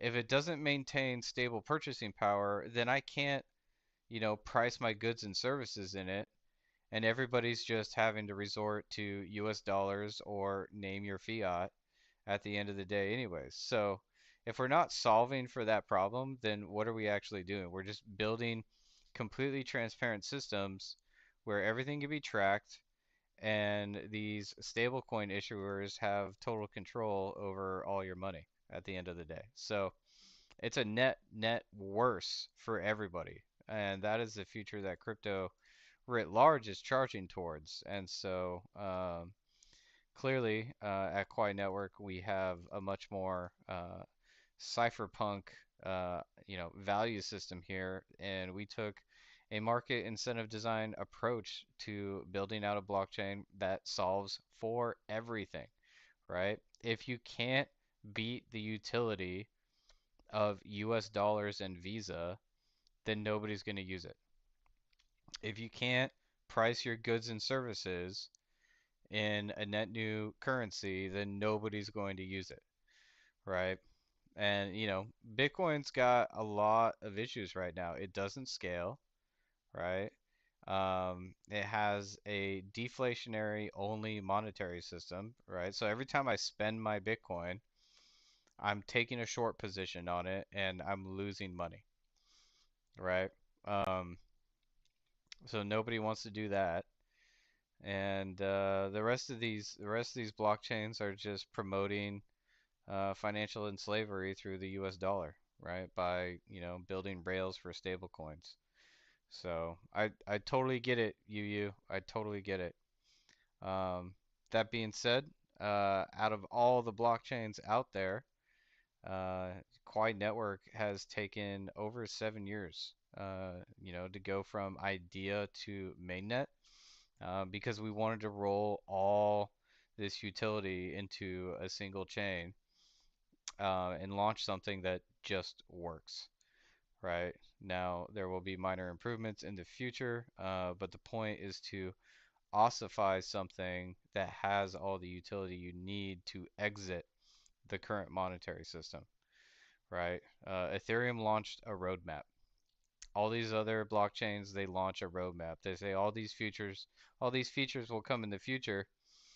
All these features will come in the future, but the problem is, it's like once they get ossified, um, the resistance to change is so high that it's next to impossible, right? Like look at Bitcoin. It's still doing the same thing it's always done, and nobody can actually change the thing for the better. So there's a very very good reason why all the original developers have actually left the project. So yeah, makes total sense to me.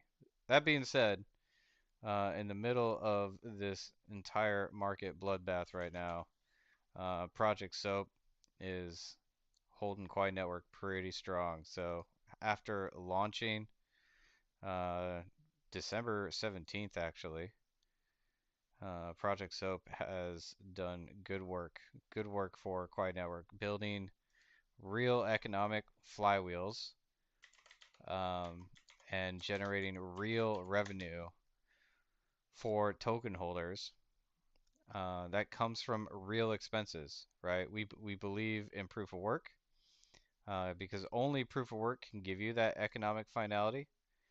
And again, when you do it on a system that scales to meet the demand of a global monetary system and provide you that stable unit of account with privacy, you can actually leave the financial system and never go back. So, with all that said, the work has just begun, folks. Quai Network reaches its first birthday on February 4th. Initially, the first block was mined February 4th last year, and then trading began on February 19th. So, looking forward to that. Sorry, Cat wants to join the chat. But yeah, guys, that's what we got going on over here. So, just ran out of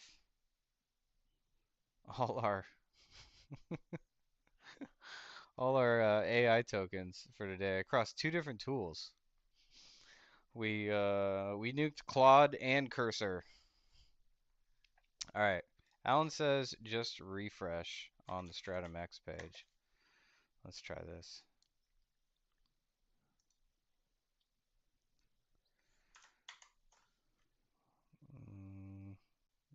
Nope. No dice.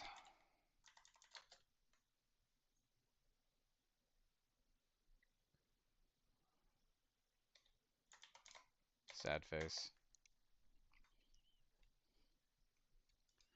No dice. Refresh again. Nope. Nothing. Nada. It's not coming through. Wah, wah, wah.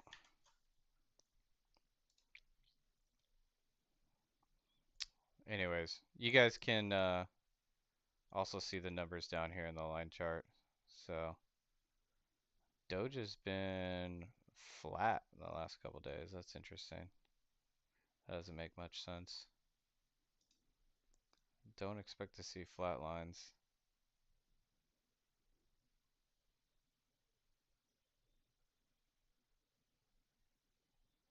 Interesting.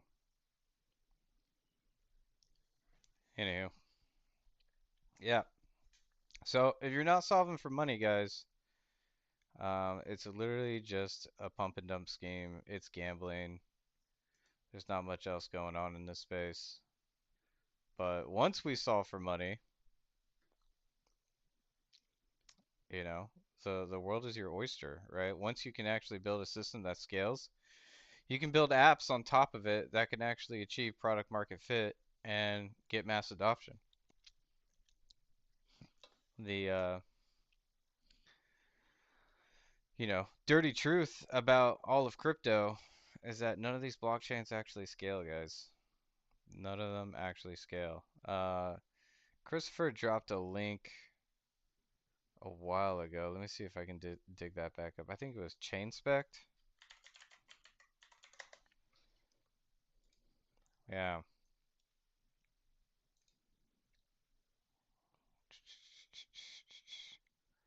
Let's see here. It's chains. Let's chart now. Scalability. Here we go, guys. Max TPS, 5,200 transactions per second. ICP, and those aren't really real transactions, but you know, there is a let's just do this. Let's do this. Boom. There we go. Kita testnet. Well, that's interesting.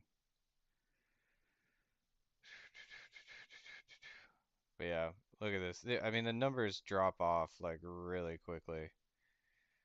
So you can see it's pretty clear like there are not large populations of individuals like actually using these chains. Solana, I think I need to pivot to L1s. Can I just do L1s? Filters, layer ones. Yo, what's up, Christopher? I was just talking about this dashboard that you linked earlier. Um, just wrapped up a ton of building on the multisig, man. It's in a pretty nice space, but I ran out of all my tokens on Cursor and Claude. Um, but yeah, now I was just talking about, scalability, right? Like you were pointing out in our community earlier today, guys, like look at these numbers just on L1s. Like not that impressive. Not that impressive. It's funny, I don't even see I'm pretty sure I feel oh no, this is what we need to do. Let's just do layer ones. There we go. Okay, so here's Solana down here at like 5,300. I haven't even heard of these networks.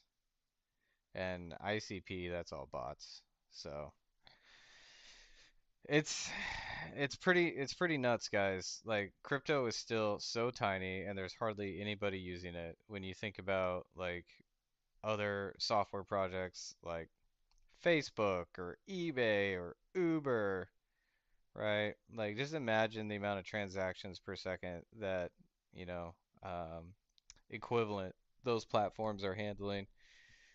When you find product market fit, like the thing blows up. And historically in crypto, whenever there was like something hot that everybody wanted to get in on, it broke the freaking blockchain. And then it got forgotten about.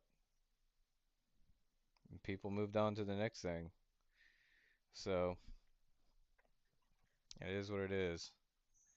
But Christopher, I'm gonna send you a link. Let me know if you need any testnet Quai. I think it was what did I call it? Quai. Yeah, there it is. Did a ton of work on this thing, man. We got some major docs going on in here. We got a sweet about page. I'm not gonna connect this wallet, but yeah, try it out on testnet. We'll drop it. We'll drop it in here. Let me know what you think, man. We were building out all sorts of tests for this thing when we ran out of tokens. But all the tests were passing. Did like one minor security fix, and we need to build we need to create an icon for this site. That's what we need. We need an icon. We need to get rid of this little Vite icon up here. I'm also learning that this site, because of the way I built it on Vite, it's small enough. We can even host this on IPFS. So ballin'. Now there is a major hurdle with this website in its current form, right? And in its current form, there's basically no indexing, right? There's no database.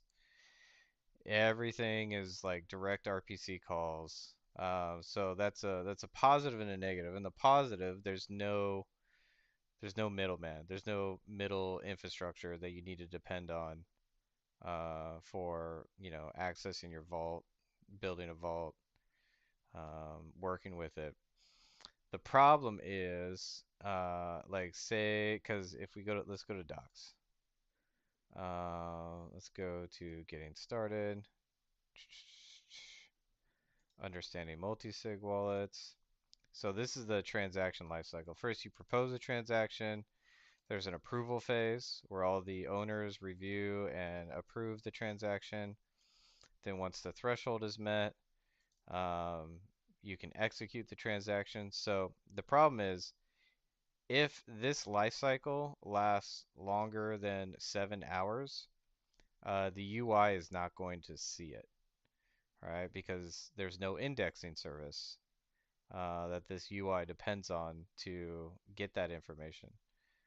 It just depends on an RPC call like, hey, Quai blockchain, give me the last, 5,000 blocks or whatever. And if I see transactions in those 5,000 blocks, I will present them to the user and then they can work through this life cycle. So for older transactions, the user will have to know the transaction hash, right? So I can demonstrate that shortly. Let me pull it up here. Here it is. Yeah. So, if your group depends on, more than 7 hours of time between proposing transactions and approving them, that's going to be an issue. But you can see here I got 4 Quai in this wallet. Let's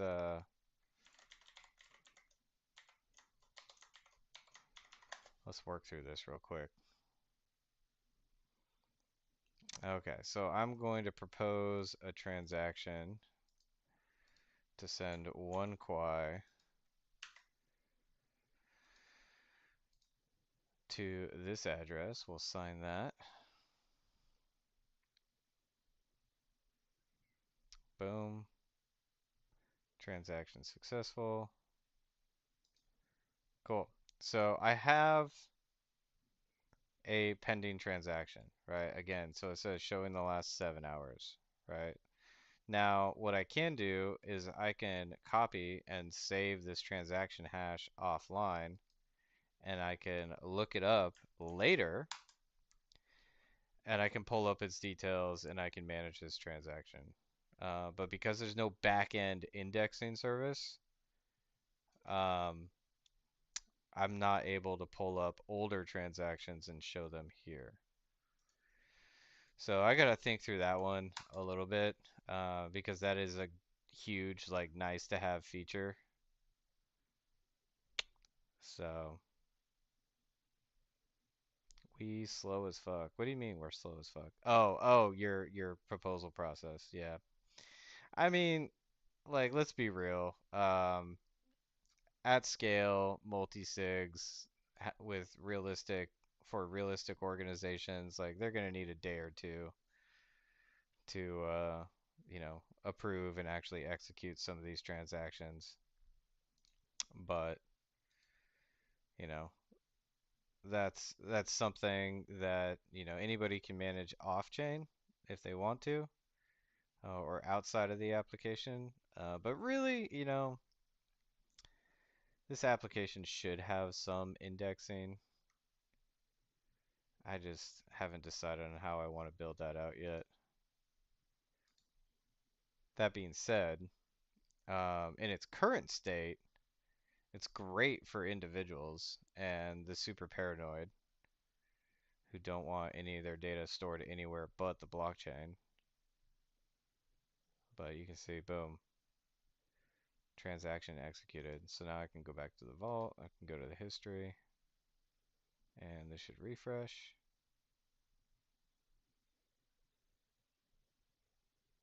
Or I'll refresh it manually. There it is. Boom. Yeah, indexing services are expensive. Um, we might also be able to we might be able to take advantage of the graph node that the Quai Foundation is running. That's a possibility. But yeah, man, glad you like the UI. I was thinking about how I can make it look a little more professional. It's pretty cypherpunk though. I like it. I like it. But yeah, yeah, made a lot of progress today. So that's good. That's good. Yeah, I'm happy with it. We'll have to think more about, you know, this use case where, because there's the other problem of, like, okay, let's go to some of these modules. I have like the social recovery module enabled. Um, and you know this the social recovery module, the way it works is, like, you can reset the owners and thresholds of a multisig by kicking off a social recovery process, right? So you set some guardians, you set a threshold for social recovery, and then you can initiate a recovery. One of the owners can, one of the guardians can initiate a social recovery and reset the ownership of this multisig. But again, this one here, I believe, is limited to that RPC call of like 7 hours. So that's a problem, right? Because this is going to take more than 7 hours to recover. And then once it's ready, we'll find out tomorrow how this works. And then obviously we also have the daily limit. Again, this is only enforced in the front end, right? So regular transactions can bypass this limitation. Um, so this is more of a convenience feature, not a security mechanism. And it's only enforced in this front end here. So if you have a daily limit configuration set, it'll be enforced in this front end. So I'll show you what that looks like real quick. Let's configure this. Let's set a daily limit of, oh, how much Quai do we have? I think we only have 3 Quai in this wallet. Let's set this limit, sign.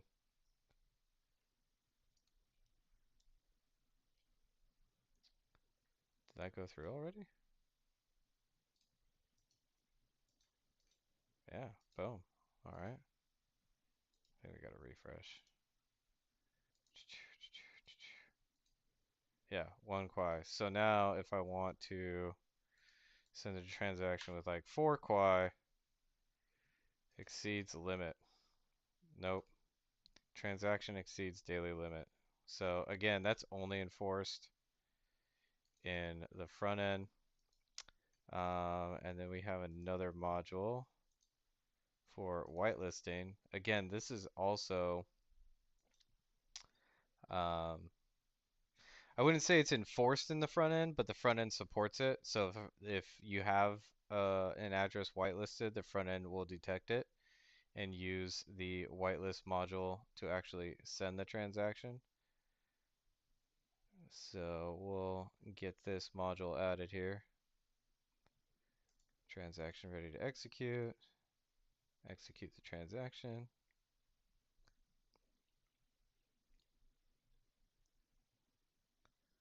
Boom. And they should update. There it is. So if I set, let's just set this address as a whitelist. I can even set a limit too, but we'll leave that empty for now. Sign.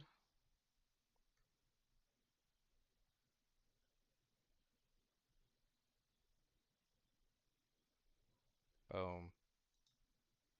Yeah, it's not showing. Oh wait, did it show it? Yeah. All right, so we have a whitelisted address here. So now if I go to send this one Quai, it says daily limit enforced notice, and then boom, status is whitelisted. So this transaction will not go through the approval process. So we're at 832 Quai right now. Let's execute this transaction. Executes immediately. No approval needed.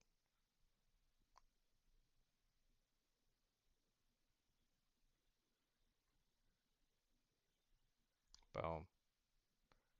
If I open this up, boom. 833. Done, done. Done, done. So,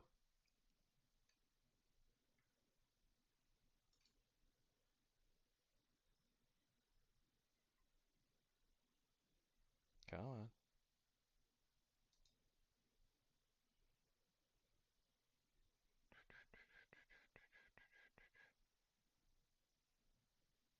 Are you refreshing? What's going on here? Refresh.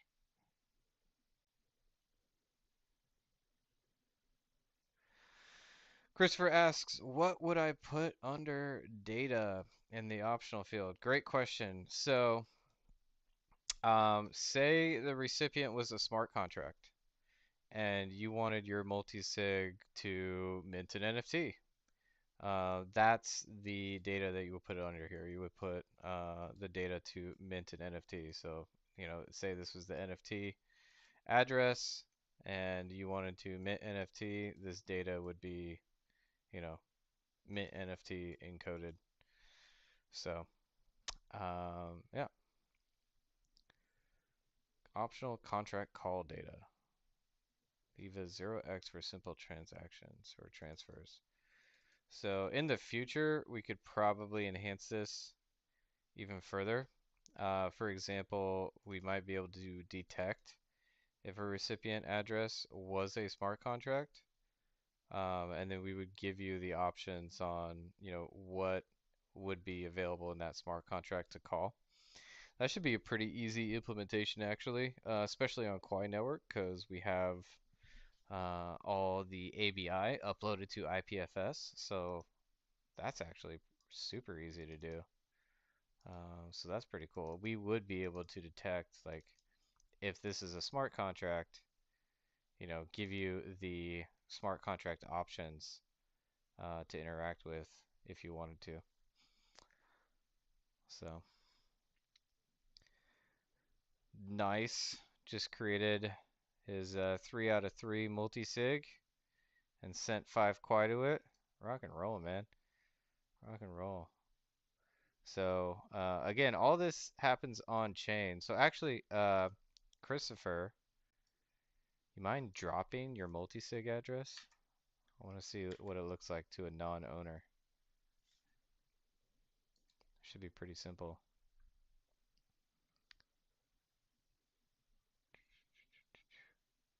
If your chat is working, that is.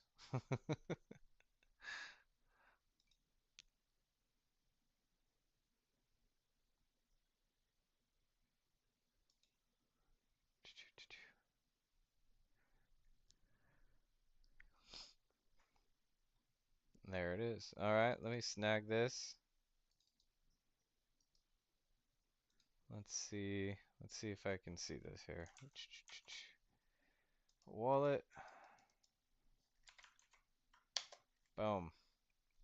There it is. There it is.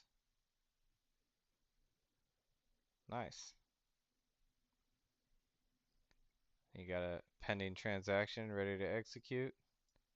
You're just dumping and pulling it right back out, huh?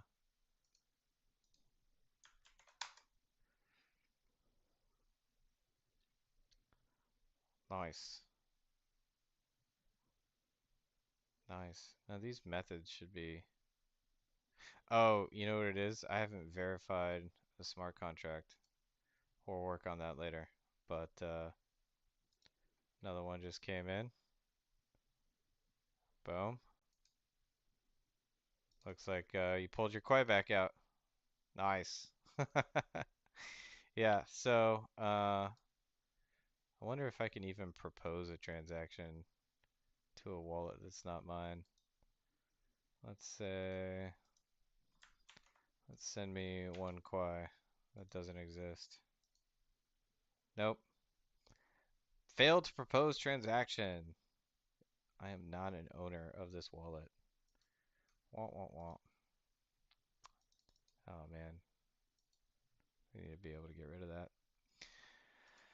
But yeah, folks, that's all in a day's work. Let's see here. We just reviewed Project Soap. Guys, reminder, go sign up for Kipper Money if you haven't already. Retweet these spaces. Let's get some more followers in here. We are sitting really close to 1,000 followers. As soon as we get to 1,000 followers, we'll be doing these Quai branded Tangent hardware wallet giveaways. Like always, guys, you can't get these things anywhere else unless you bump into a member of the team at an event. Lucky punks. But we'll be giving them away here. Looks like some folks won some recently with a Kipper challenge and a poker tournament we hosted over in the Quai Network Discord server. But you can no longer buy these from Tangent themselves. It was a limited run. They're super cool. Definitely the biggest bang for your buck when it comes to hardware wallets. I think everybody on the team is huge proponents of this hardware wallet. We use a number of hardware wallets over here, but this one's quickly becoming my favorite because I don't have to keep it charged. So for the price, definitely best value in the industry as far as I'm concerned. But we got a stack of them, guys. We got 6 of these bad boys over here that we need to hand out. So spread the word, bring some more people into these streams. We're handing out Quai via Kipper Money for everybody who joins the chat. And here pretty soon we'll be giving away some actual Tangent wallets. We'll have to move on to other things at this point. So we were watching this YouTube video with Jordan Hall and Dr. K. I only got about an hour into episode 2. I hope you guys are enjoying it. It's a pretty uh, deep conversation about how we think about these problems, but they quickly move into solutions and why, and not only that, but why it's important. So I'm enjoying it. Hopefully, you guys are enjoying it as well. I expect it looks like Energy was already clipping it, so shout out to Energy who was doing some good work there, and we'll pick up where we left off here tomorrow. Appreciate you, Check Raise. I think we got you a tip, right? I think this is the first chat I've seen from you today. Let me double check something. Let me double check something. We got to make sure my man Check Raise gets tipped, guys. No, that's not what I want. I want this one. Where is that the right one? Yeah, this should be the right one. Yeah. And Kipper, Kipper, Kipper.